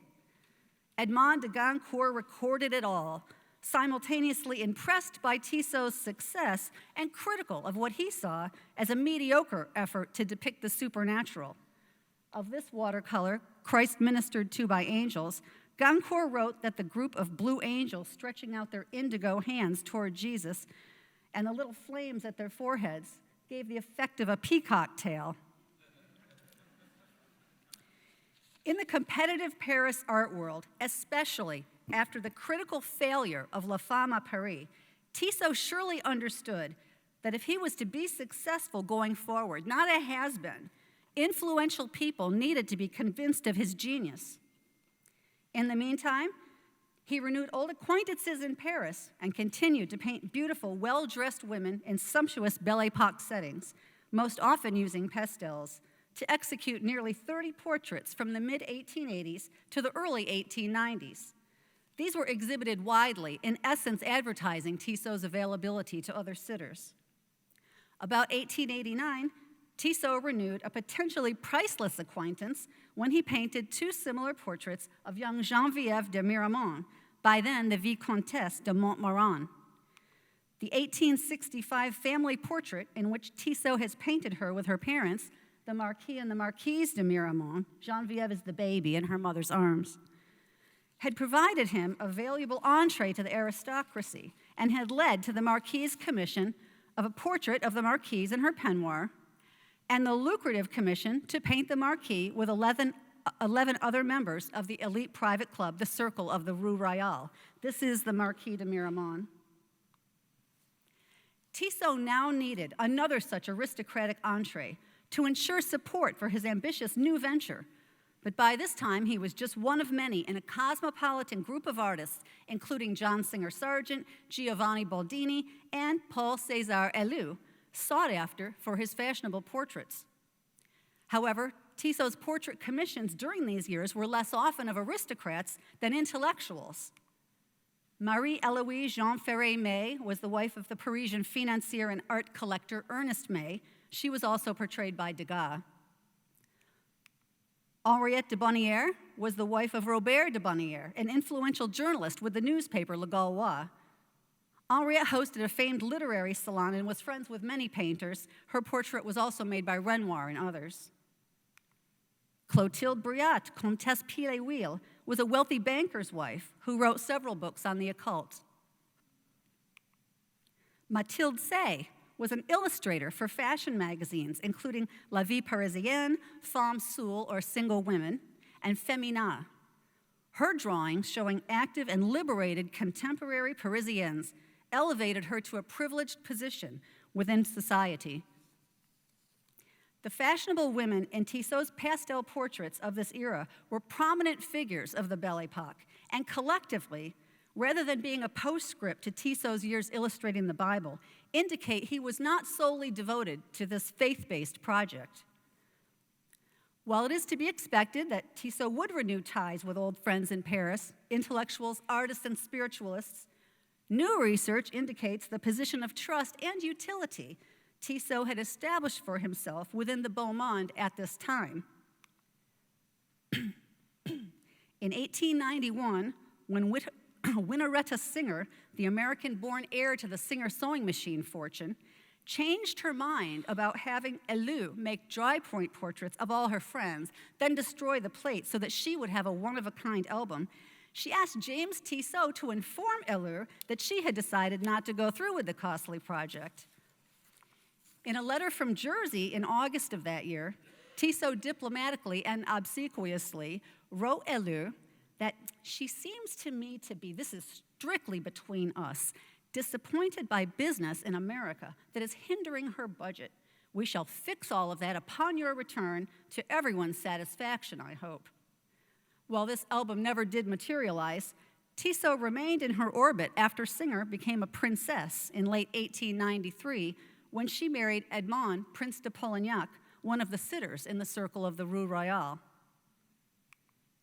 In that year, 1893, while Tissot enhanced his reputation abroad by exhibiting his Prodigal Son in Modern Life series and one of his pastel portraits in the World's Columbian Exposition in Chicago, he made another portrait of an aristocrat, one of two pastel portraits he exhibited at the Salon. Comtesse Janville and her 4 children shows the young Countess, Henriette Vivier Deslandes. Comtesse Janville had one sibling, a flamboyant younger sister, Madeleine Vivier Deslandes. Madeleine Deslandes was a key member of what novelist, journalist, and politician Maurice Barrès called the little class, the select circle of cultured and aristocratic individuals in the upper echelon of Parisian society. Deslandes, an accomplished writer, began publishing a series of novels under her pseudonym Aussi in 1892. She was a glittering figure in the Parisian artistic and literary establishment, and her salon in her Paris mansion was attended by eminent writers, poets, composers, and artists, including James Tissot. But it was the Englishman, Edward Burne-Jones, whom she truly admired, and whom she lobbied to paint her portrait in 1894. It was exhibited at the Salon in 1896. Famed far beyond Europe, Deslandes commissioned numerous other artists, including Elu, to help shape her public image.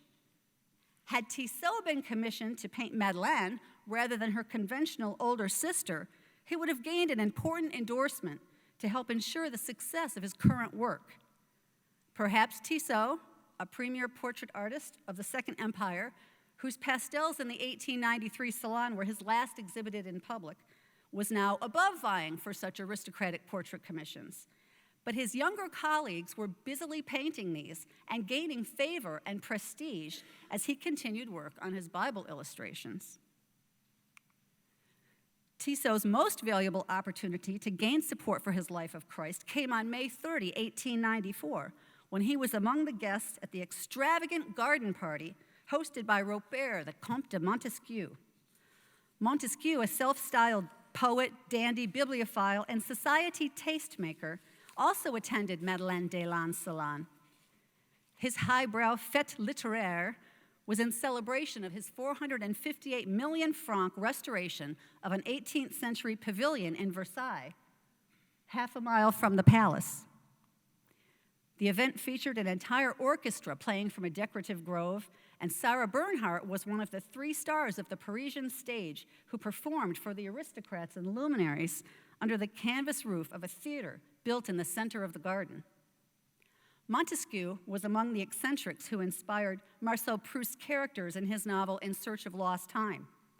Proust, then an unknown university student invited only to write about the party for the society column, described it all in detail in Le Gaulois the next day, likening it to a dream where for a few hours we believed we were living in the days of Louis XIV.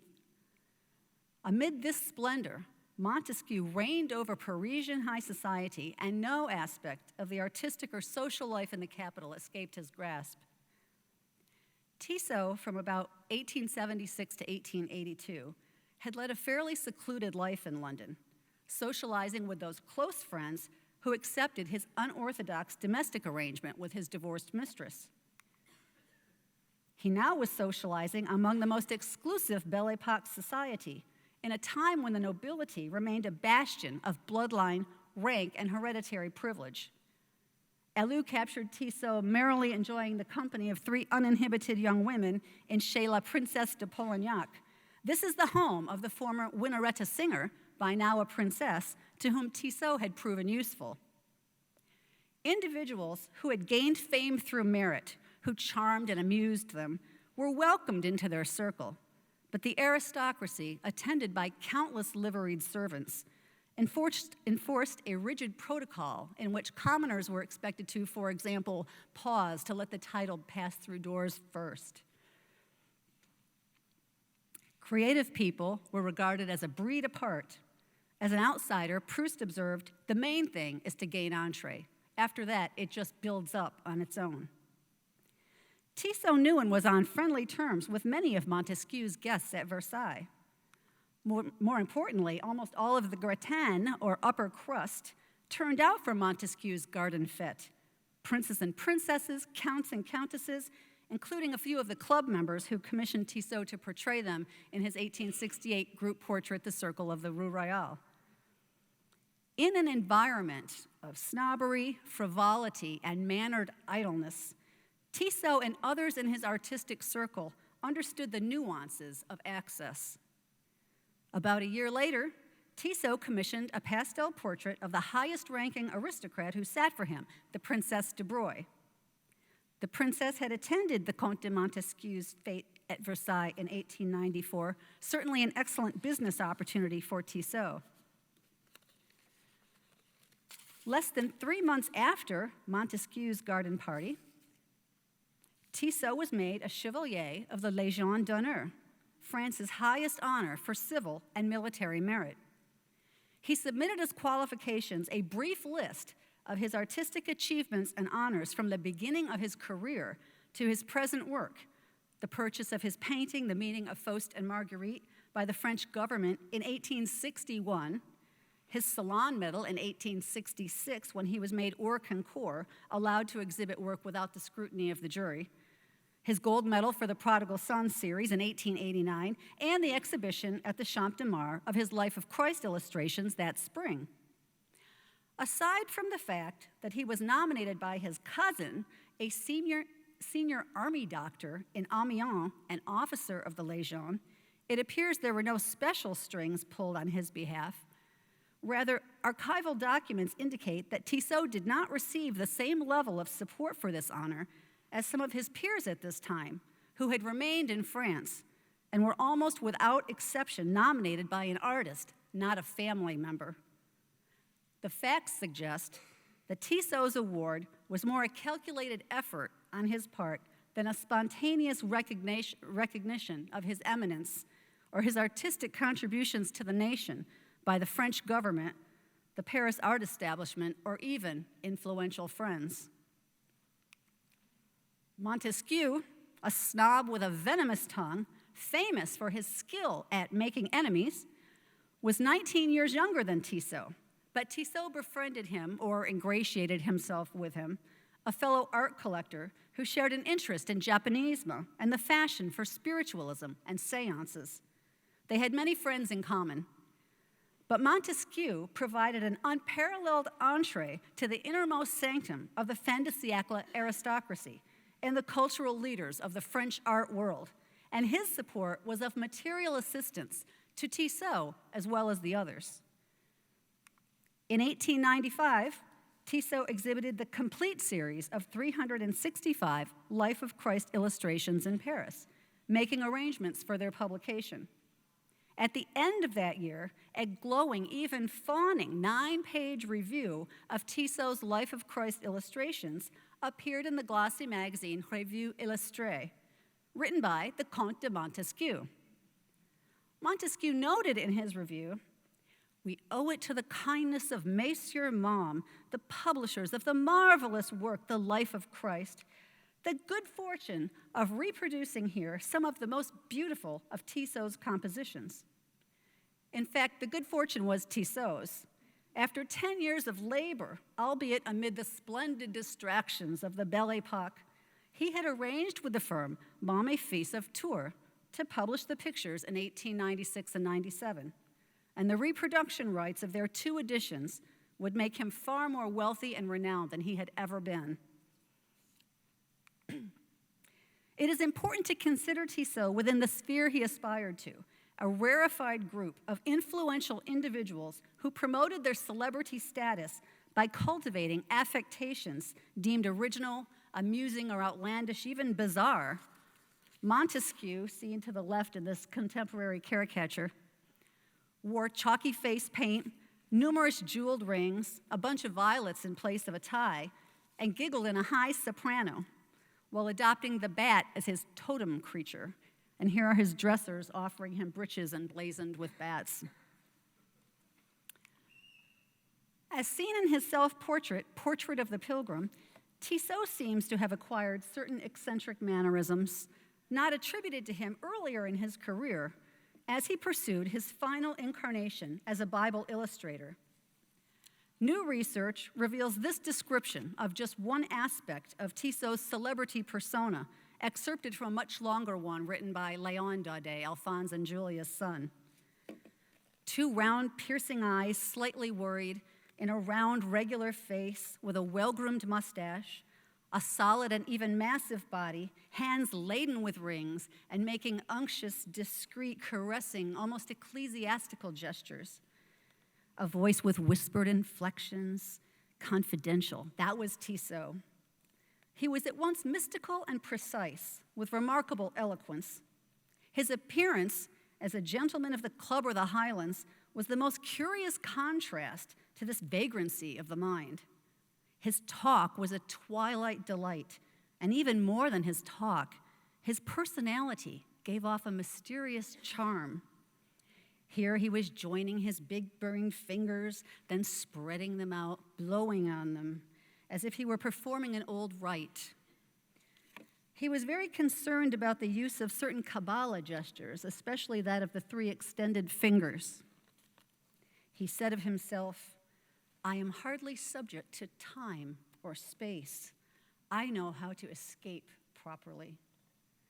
He escaped suddenly, leaving the memory of an immense value that had not found its full expression. The memory of an immense value continues to evade its full expression as research continues. James Tissot's presence at Montesquieu's fete and Madeleine Deslandes' salon, and the personal commission he executed for Winnaretta Singer, all newly revealed, indicate the extent to which the myth that he actively fostered has obscured the man we seek to fully comprehend. As Goncourt observed, Tissot was a complex being indeed, and a deeper study of his life during this period makes it clear he was not only an artist and a shrewd businessman, but a sophisticated socialite exerting himself to integrate among a fashionable elite crucial to propelling his life's greatest endeavor and his reputation as a man of faith to its extraordinary success.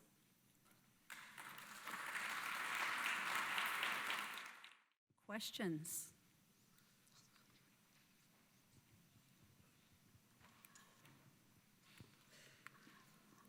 I will just add that people who knew him during this period described Tissot as reserved, which is hard to reconcile with all this, the gesturing and the Kabbalah. And the excerpt that I read from has so much weirder descriptions of his personality. And this was to his friends, the Daudets. So, but when he was, for example, touring the United States with his Life of Christ illustrations later in that decade, there was a female reporter that encountered him in the art gallery, and he was just walking through wearing his suit. She described his nice business-like English cut suit. He had his Chevalier medal on his lapel. Hard to imagine him wearing that in Paris, but he wore that in Chicago. And when she asked him what he was doing next, he told her he was going to be touring the stockyards because he heard that was a very good tourist thing to do in Chicago. So he's an odd one to pin down, and it's just so intriguing. So perhaps that portrait that the Fine Arts Museum's owns. Well, I think it's one of the greatest works in the collection, the self-portrait. Excellent. Yes, it's And fabulous. it's a very sly. He's what, 30 at the time? Less? 30, 29. And he's just like very sly. So I think a lot of that was probably anticipated. I mean, he was already a person of some complexity then. I think that he was astonishingly confident and just was determined to march to the beat of his own drummer despite every, fashion. He wanted to do his own thing. And when he failed, he just picked himself up again and found a new direction. But he knew that he wasn't in step with the trends. And although he gives the impression that he nodded to them now and then, he just completely did his own thing. And he seems like rather a hero of the meritocracy to me. And he was a fortunate person. He wasn't exactly extremely wealthy, but because of his family's position, he never really depended on his art, did he? That's not true at all, no. When he went to Paris, he was on his own at 19, and he earned his own living from then on, where his friends, for example, Degas and Manet, they lived on the parental dole into their 30s. But Tissot earned his fortune, and in fact, after Kathleen Newton died, he could have just retired very wealthy then and gone back to Paris and hung out at the Moulin Rouge. He did not need to start all over again, but he did.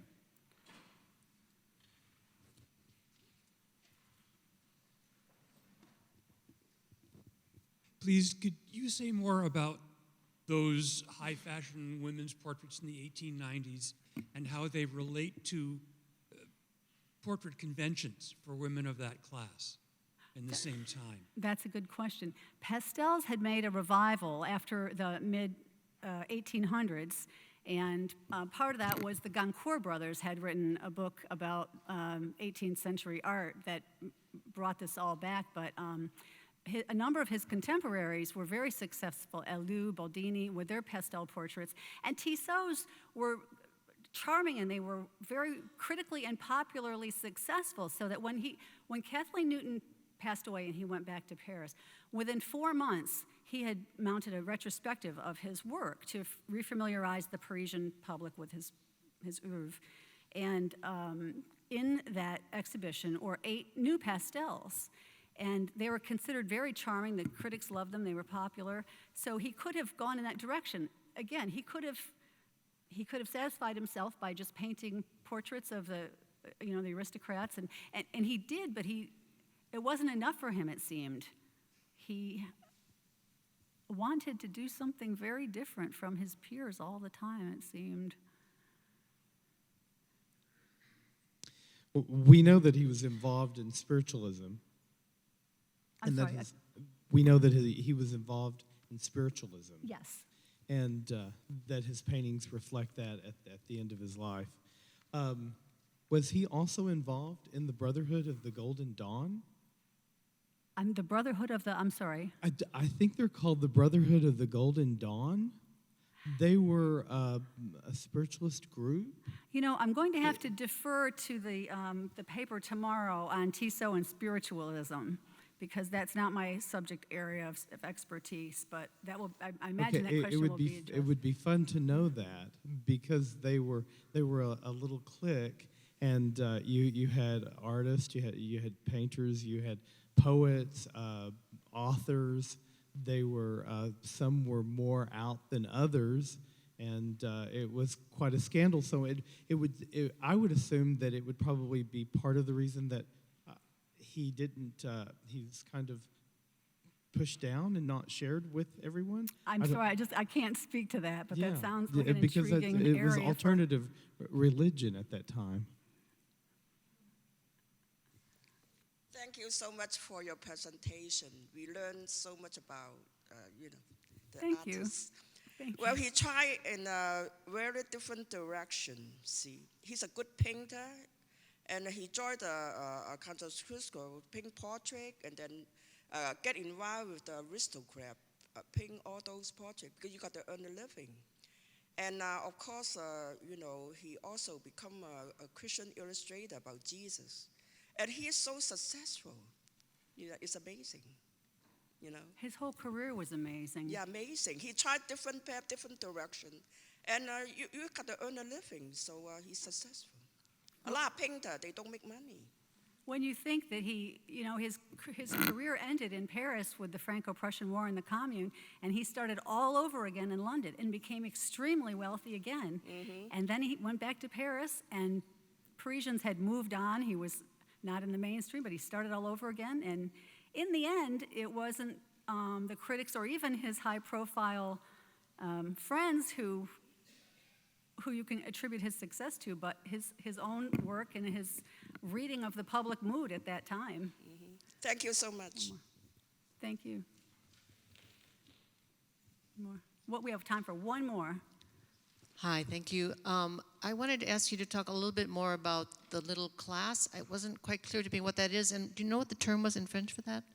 The little class was a term Maurice Barrès, who was a writer of that period, called the select group of the high echelon writers, aristocrats and artistic people in Parisian society at that time. He referred to them as the little class. It was a very small, select circle of people.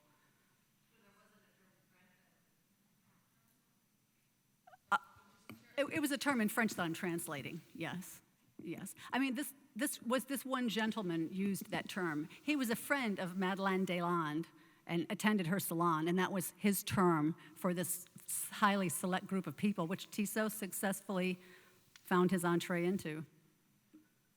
Right? Thank you.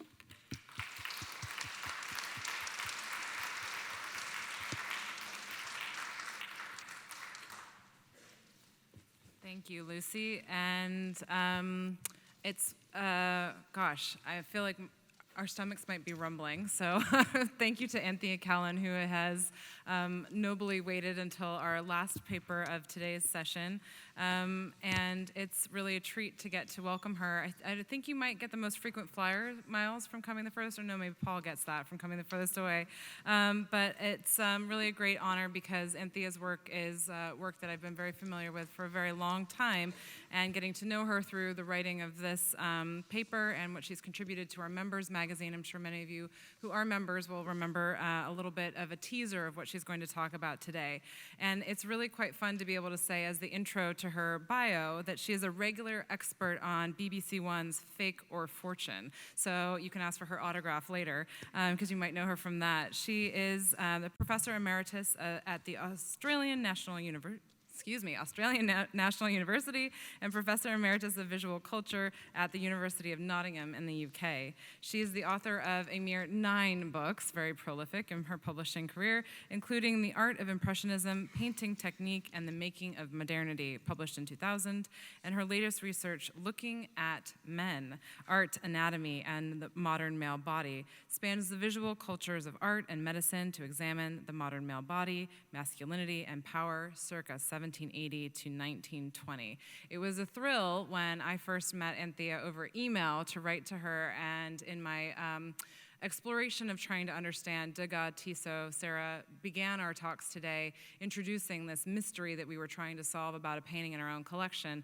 And one by one, I kept going down the list of specialists who have worked in Impressionist technique and worked on Degas to try and understand what about this painting could be Degas and not Tissot. And when Anthea wrote back with a kind of emphatic, absolutely, it's really Tissot, it was so heartened to hear.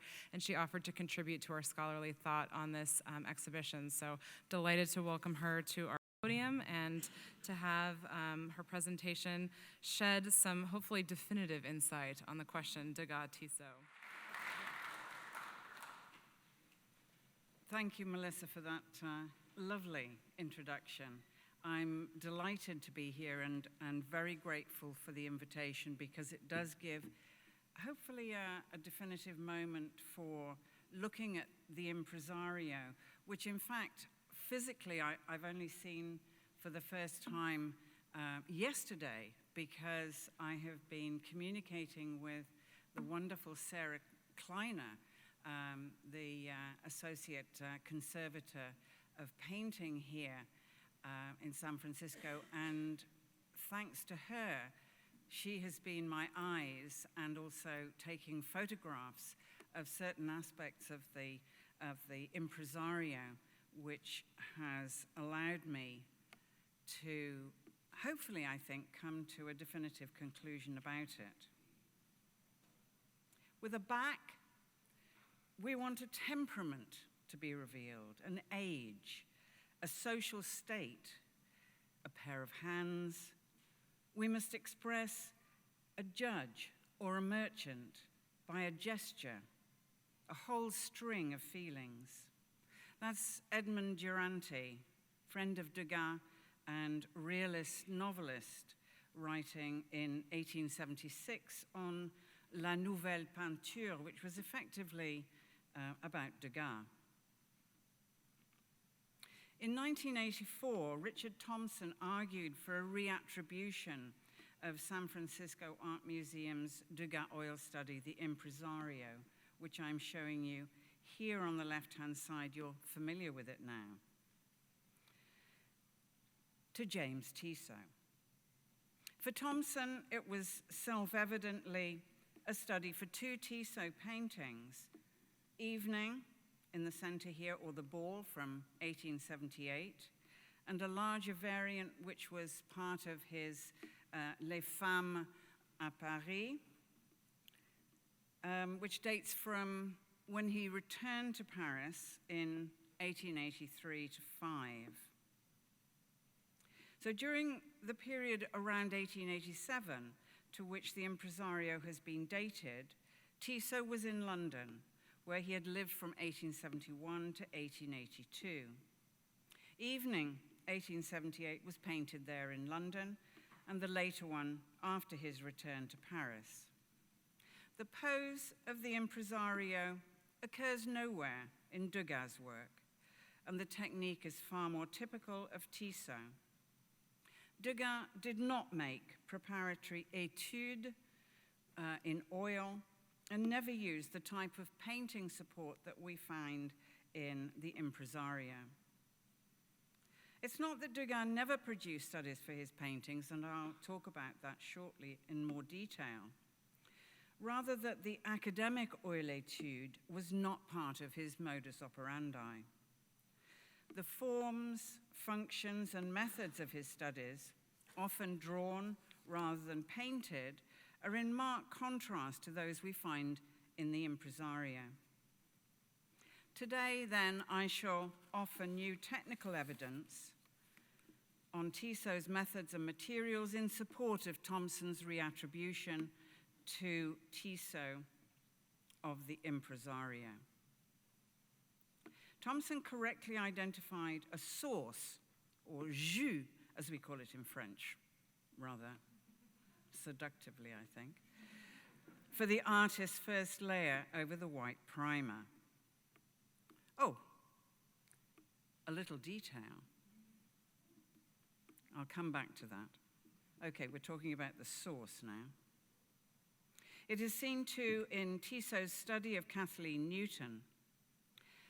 The source was a fluid mix, usually of burnt umber and turpentine, typical in academic underpainting. Here in both studies, you can see the source applied swiftly to form a transparent lay-in over the white primer.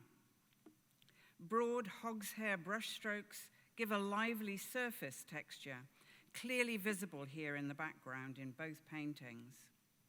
This umber underlay stops surface glare from the white primer, so it makes it easier for the surface to work on by the artist, while giving depth and a warm luminosity to the overall surface. The rough sketch or ébauche of the figure is then fluidly outlined in source and consolidated with less diluent and the addition of black. Then came white highlights and slight colored accents.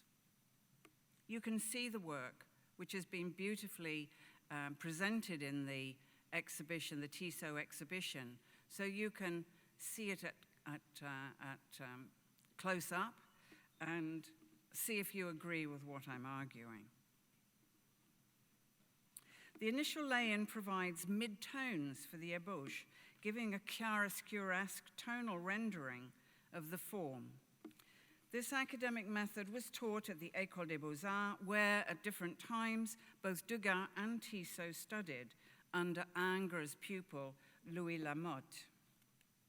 Degas' personal variant of the source was peinture à l'essence, which he used for finished work as much as underpainting, and he preferred to use local colors rather than umber.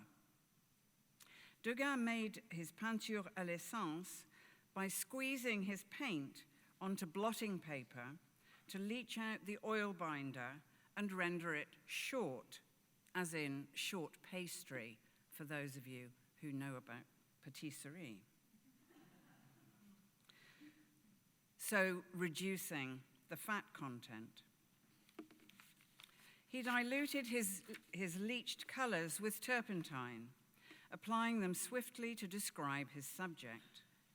This lean paint layer dried rapidly to a matte finish and could almost immediately be reworked and developed with additional layers, whether in oil or other mediums.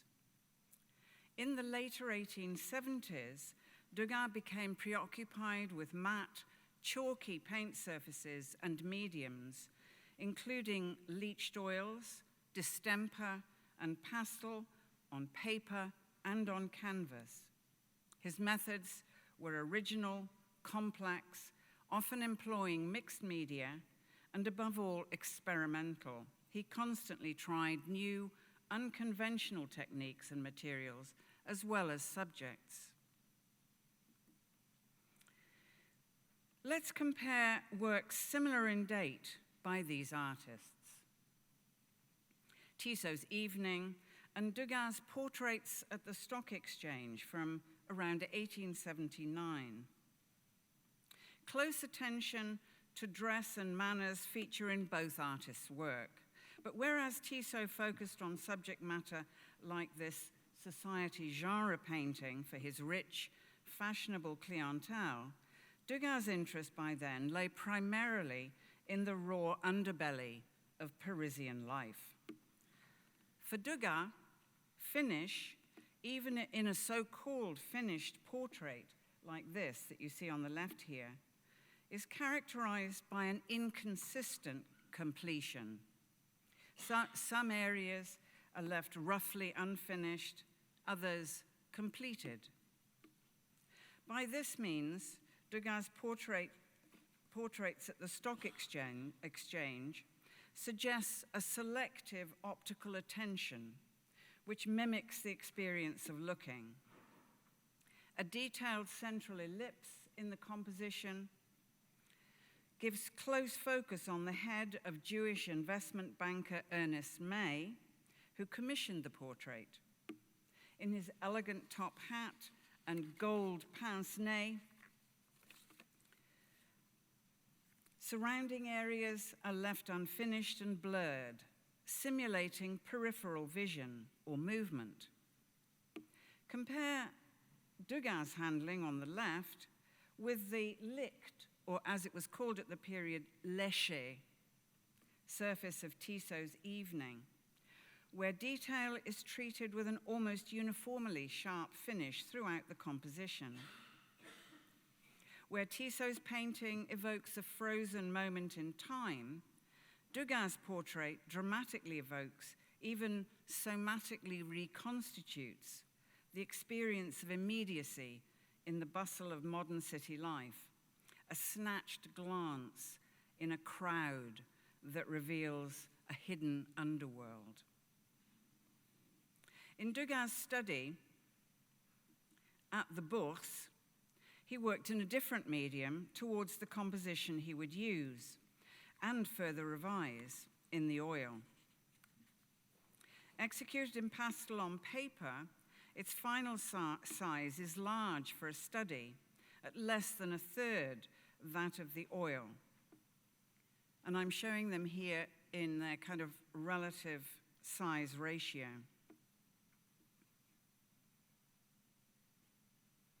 It's useful to compare at the Bourse with the Impresario, a key stage in the academic painting process Small preparatory studies like the Impresario were made from live models posed to rehearse the individual figures for a large composition in progress. Degas at the Bourse, which is effectively a pastel painting, would be differently categorized as a compositional study for portraits at the stock exchange. Now mounted on canvas at the Bourse is an independent work and was bought as such by Ernest May when he acquired the oil.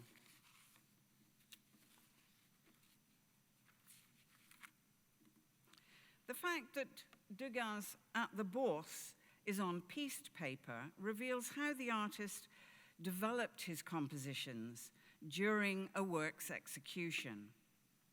Here he added extra pieces of paper at top and bottom, and the slide on the right shows you what the original would have looked like.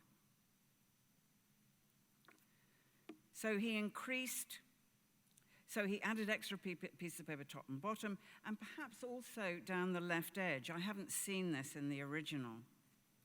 So increasing the dimensions as his concept evolved from a tightly cropped group of figures to a more long focused view.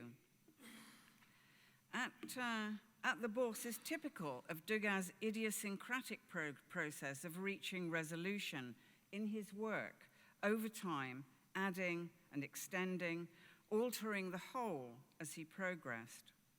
Indeed, what apparently began as a horizontal composition was thus transformed to a vertical in the final resolution.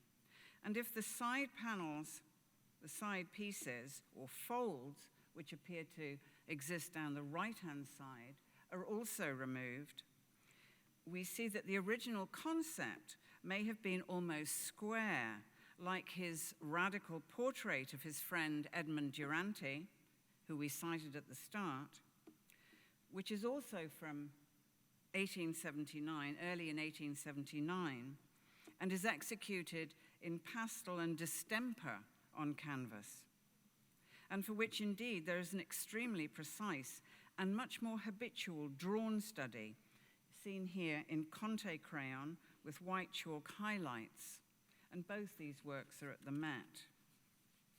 The pastel study and the study for Edmond Durante. Edmond Durante's in Glasgow.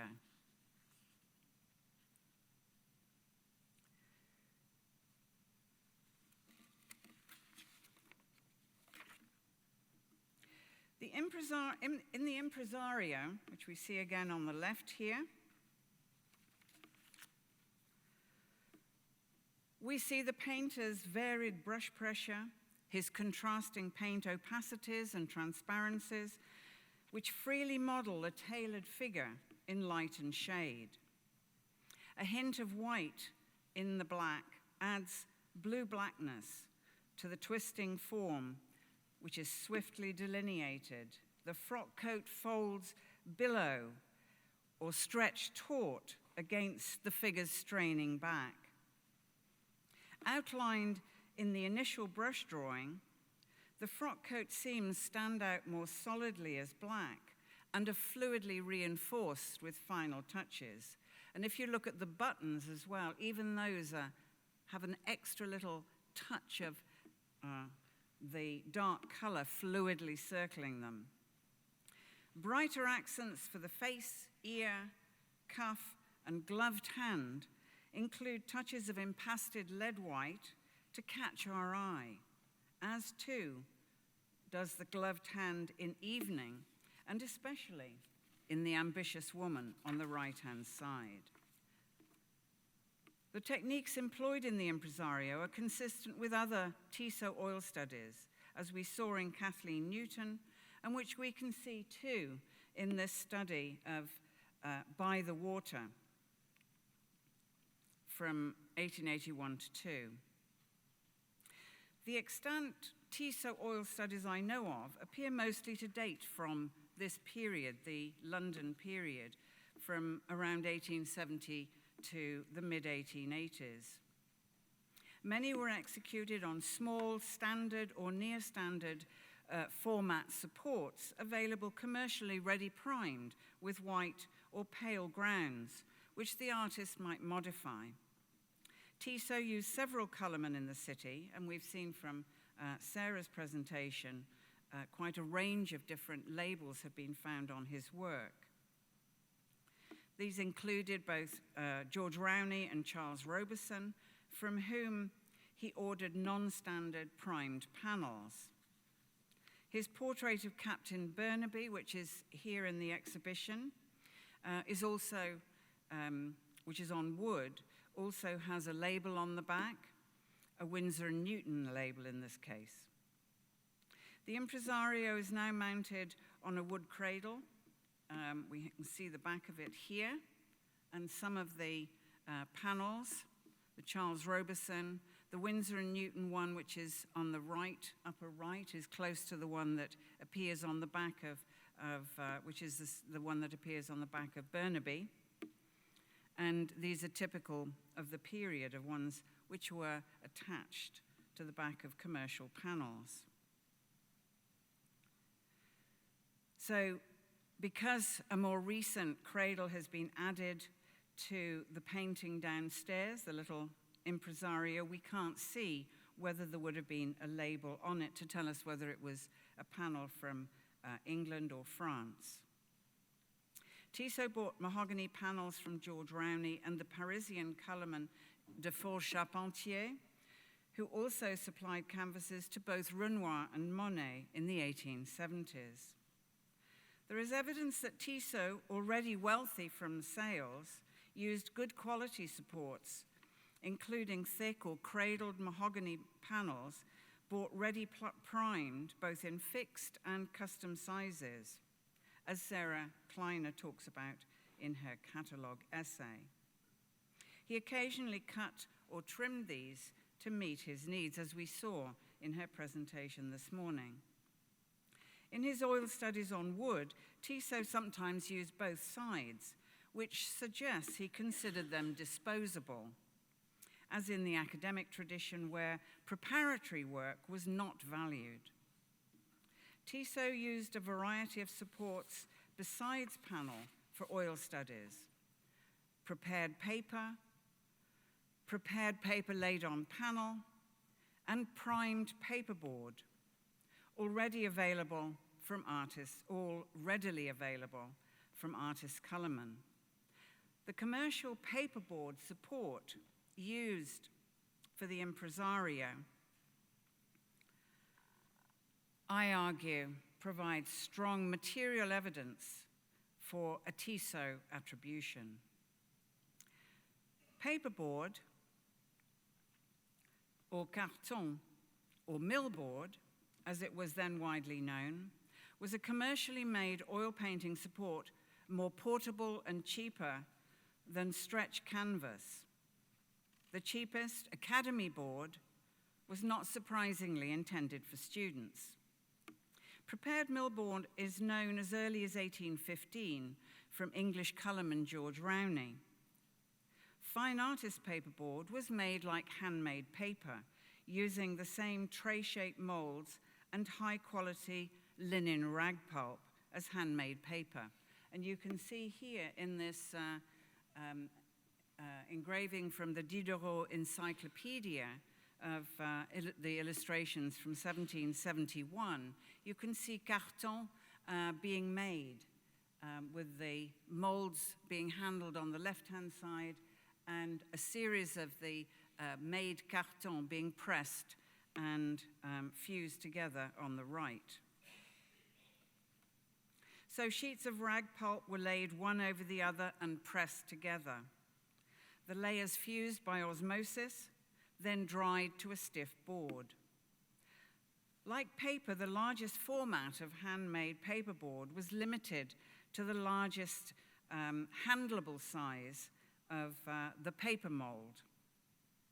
Paperboard was finally cut into the standard sizes that artists would use and primed with a choice of smooth or textured grounds ready for oil painting. Makers or indeed resellers' marks, were then stuck to the back. Non-standard sizes were available to order, but always at additional cost. And here we see a couple of details, greatly enlarged by 8 and by 25, thanks again to Sarah Kleiner, which allow us to see what's going on at the edges of the millboard. So these graphite lines at the top, bottom, and left-hand side of the Impresario are marked trims made to the paperboard support.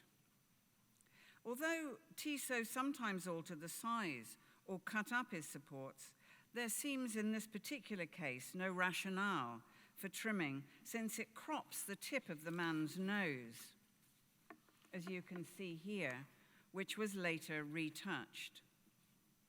Tissot did not, however, use this male profile in his larger compositions. It probably began life, the work, as a standard format, and since nothing close to its current dimensions was available in French standard sizes, it was more likely an English paperboard, which again tends to confirm a date in the 70s. The Impresario's 14 3/8 by 9 3/4 inches is closest to prepared millboards like these ones here from the same period, those supplied by Winsor & Newton and George Rowney, allowing for a small trim at 15 by 11 inches. Although the paperboard was trimmed to the present size of the support for the Impresario, it's broadly consistent with other Tissot studies. It's clear it wasn't massively reduced in size. All are relatively small, averaging between 9 and 11 inches by 12 or 15 inches. A Winsor & Newton catalog for its New York market, which we see here on the right-hand side, also details the primers that came on offer for oil sketching paper, and also the same was available on panel, on paperboard for smooth and rough canvas effects. The ready prime paper and paperboards were sold by Winsor & Newton are typical of those found widely available in standard sizes off the shelf from French and British colormen. During manufacture, while the priming layer was still wet, it was impressed with canvas fabric to mimic the texture of the canvas. Significantly, in raking light photographs of the Impresario, which we see here, thanks to Sarah, have revealed just such a textured primer. And my photograph here on the right-hand screen, the right-hand side of the screen, you see a French paper sample which I photographed from 1906, which shows this kind of texture where you can see both the marks of the brush applying the primer, but you can also see the texture of the impressed canvas. And this is exactly the surface that was used for the Impresario. Thus, whether standard or customized, the primed paperboard for the Impresario is in itself a remarkable find. And perhaps a faux canvas texture primer may now be discovered under other Tissot oil studies on paperboard and paper. Yet with or without the canvas texture, primed paperboard is regularly found in Tissot oil studies from this period, but was never a support used by Degas. The virtuosic bravura of the Impresario disappears in Tissot's Evening and The Ambitious Woman. And more is to be said about the particular priming under The Ambitious Woman, but I'm not going to address that here. Yet whereas in Evening, the more upright gentleman is tightly cropped to the right canvas edge, almost losing his gloved hand.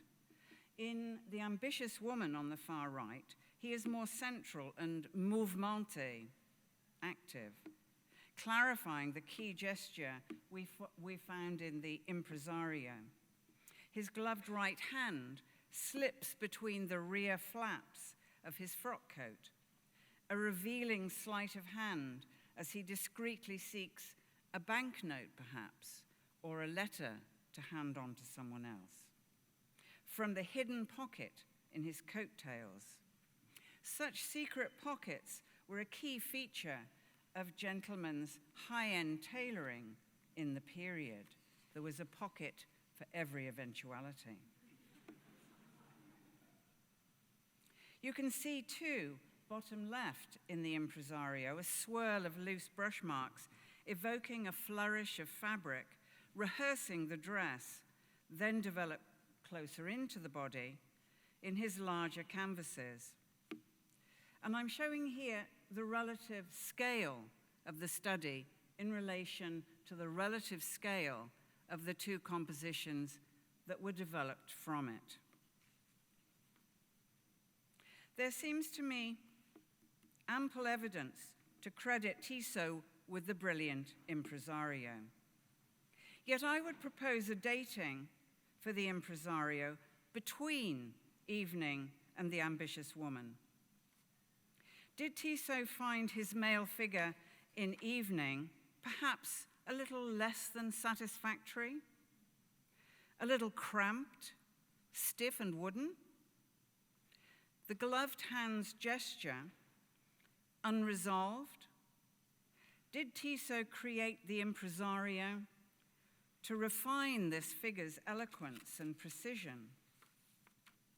Certainly, in the Ambitious Woman, it is more lively, more fluent, and with the added frisson of the white-gloved hand now clearly revealed, enhancing the work's narrative thrill. Thank you.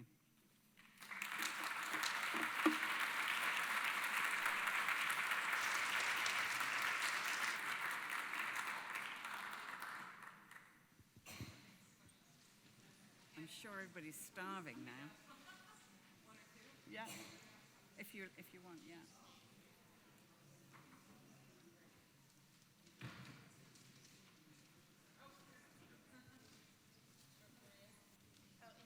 Thank you very much. That was terrific. I have a question about the distinction between the dynamism of the figure in the middle, the male figure. You just said so eloquently how interesting it is.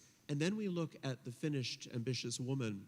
I've been struggling with how exactly this couple plans to move forward into this crowd. Maybe, I don't know if there's a way to remove the detail from the slide, but it really is perplexing. I need to go look at the picture in person, I suppose, to better understand. It almost seems as if this male figure in the middle is more believable and interesting than the one that actually ends up in the finished picture there.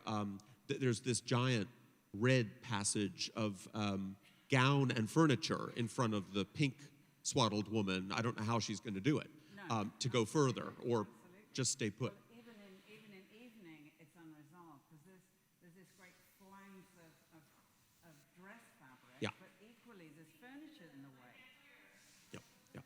Sorry, I was just saying the furniture is getting in the way and the flounces, it's not clear how she will move forward in the picture, which is the question here. In both cases, she's very stuck, as is her male partner. I agree on that. You've convinced me completely in your argument, absolutely, no question, but actually I find, as I said, the activity, the dynamism of the middle image even more compelling. I think one of the really sad things about this little painting is that he wasn't able to take forward.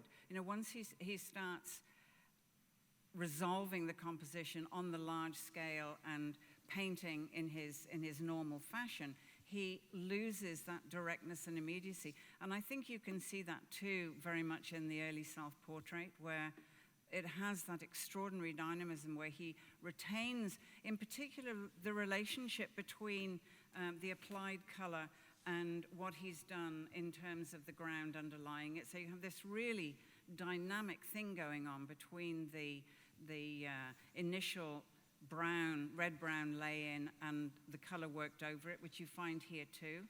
And it just gets lost in the whole process of working the picture up into the salon, the ideal salon picture. Tragic.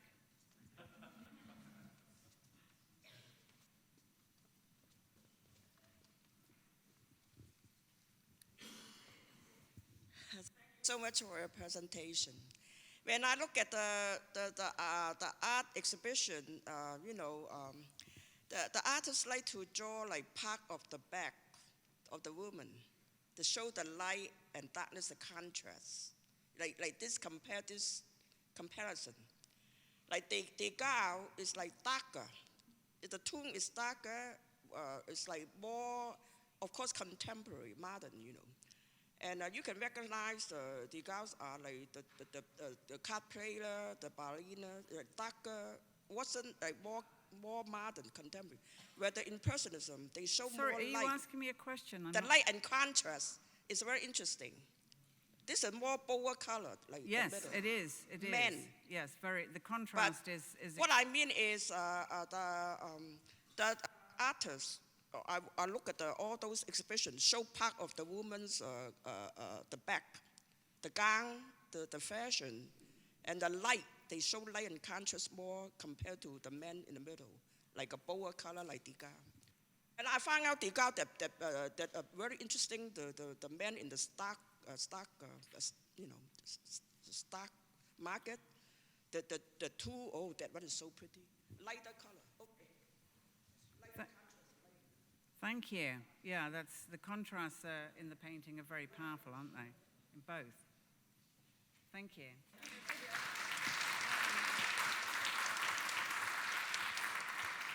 Well, I'm convinced. I didn't really need to be convinced any further, but I'm very convinced. I've said to the group of scholars that were gathered earlier that I've had some colleagues who were previously unconvinced who had said to me, well, it's such a good painting, it couldn't possibly be by Tissot, question mark.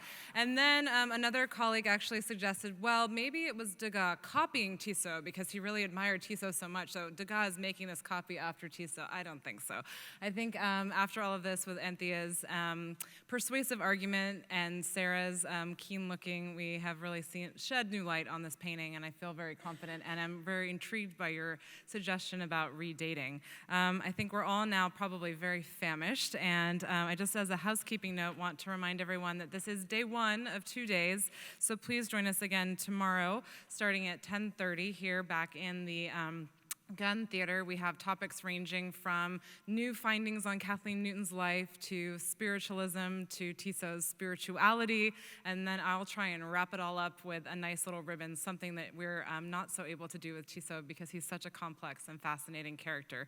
If you'd like to join us today after lunch, after we've all regained our strength, we'll have a film screening that will start at 2:30, and it's a documentary film called Be Natural. It's about a pioneering woman filmmaker named Elise Guy Blanchet, who actually was one of the first women to found her own film studio. She's a fascinating figure. Her early films source and quote from Tissot's biblical watercolors. So the director of the film, Pamela Green, is flying up from LA for about 3 hours to do a Q&A with me after the screening to talk about Tissot visual storytelling and these two figures who, for reasons that I think we can agree are sort of strange and sad, have been written out of art history, but we're rewriting them back into the fold. So on that note, enjoy your lunch. Please come back at 2:30 and see you tomorrow at 10:30 as well. Thank you.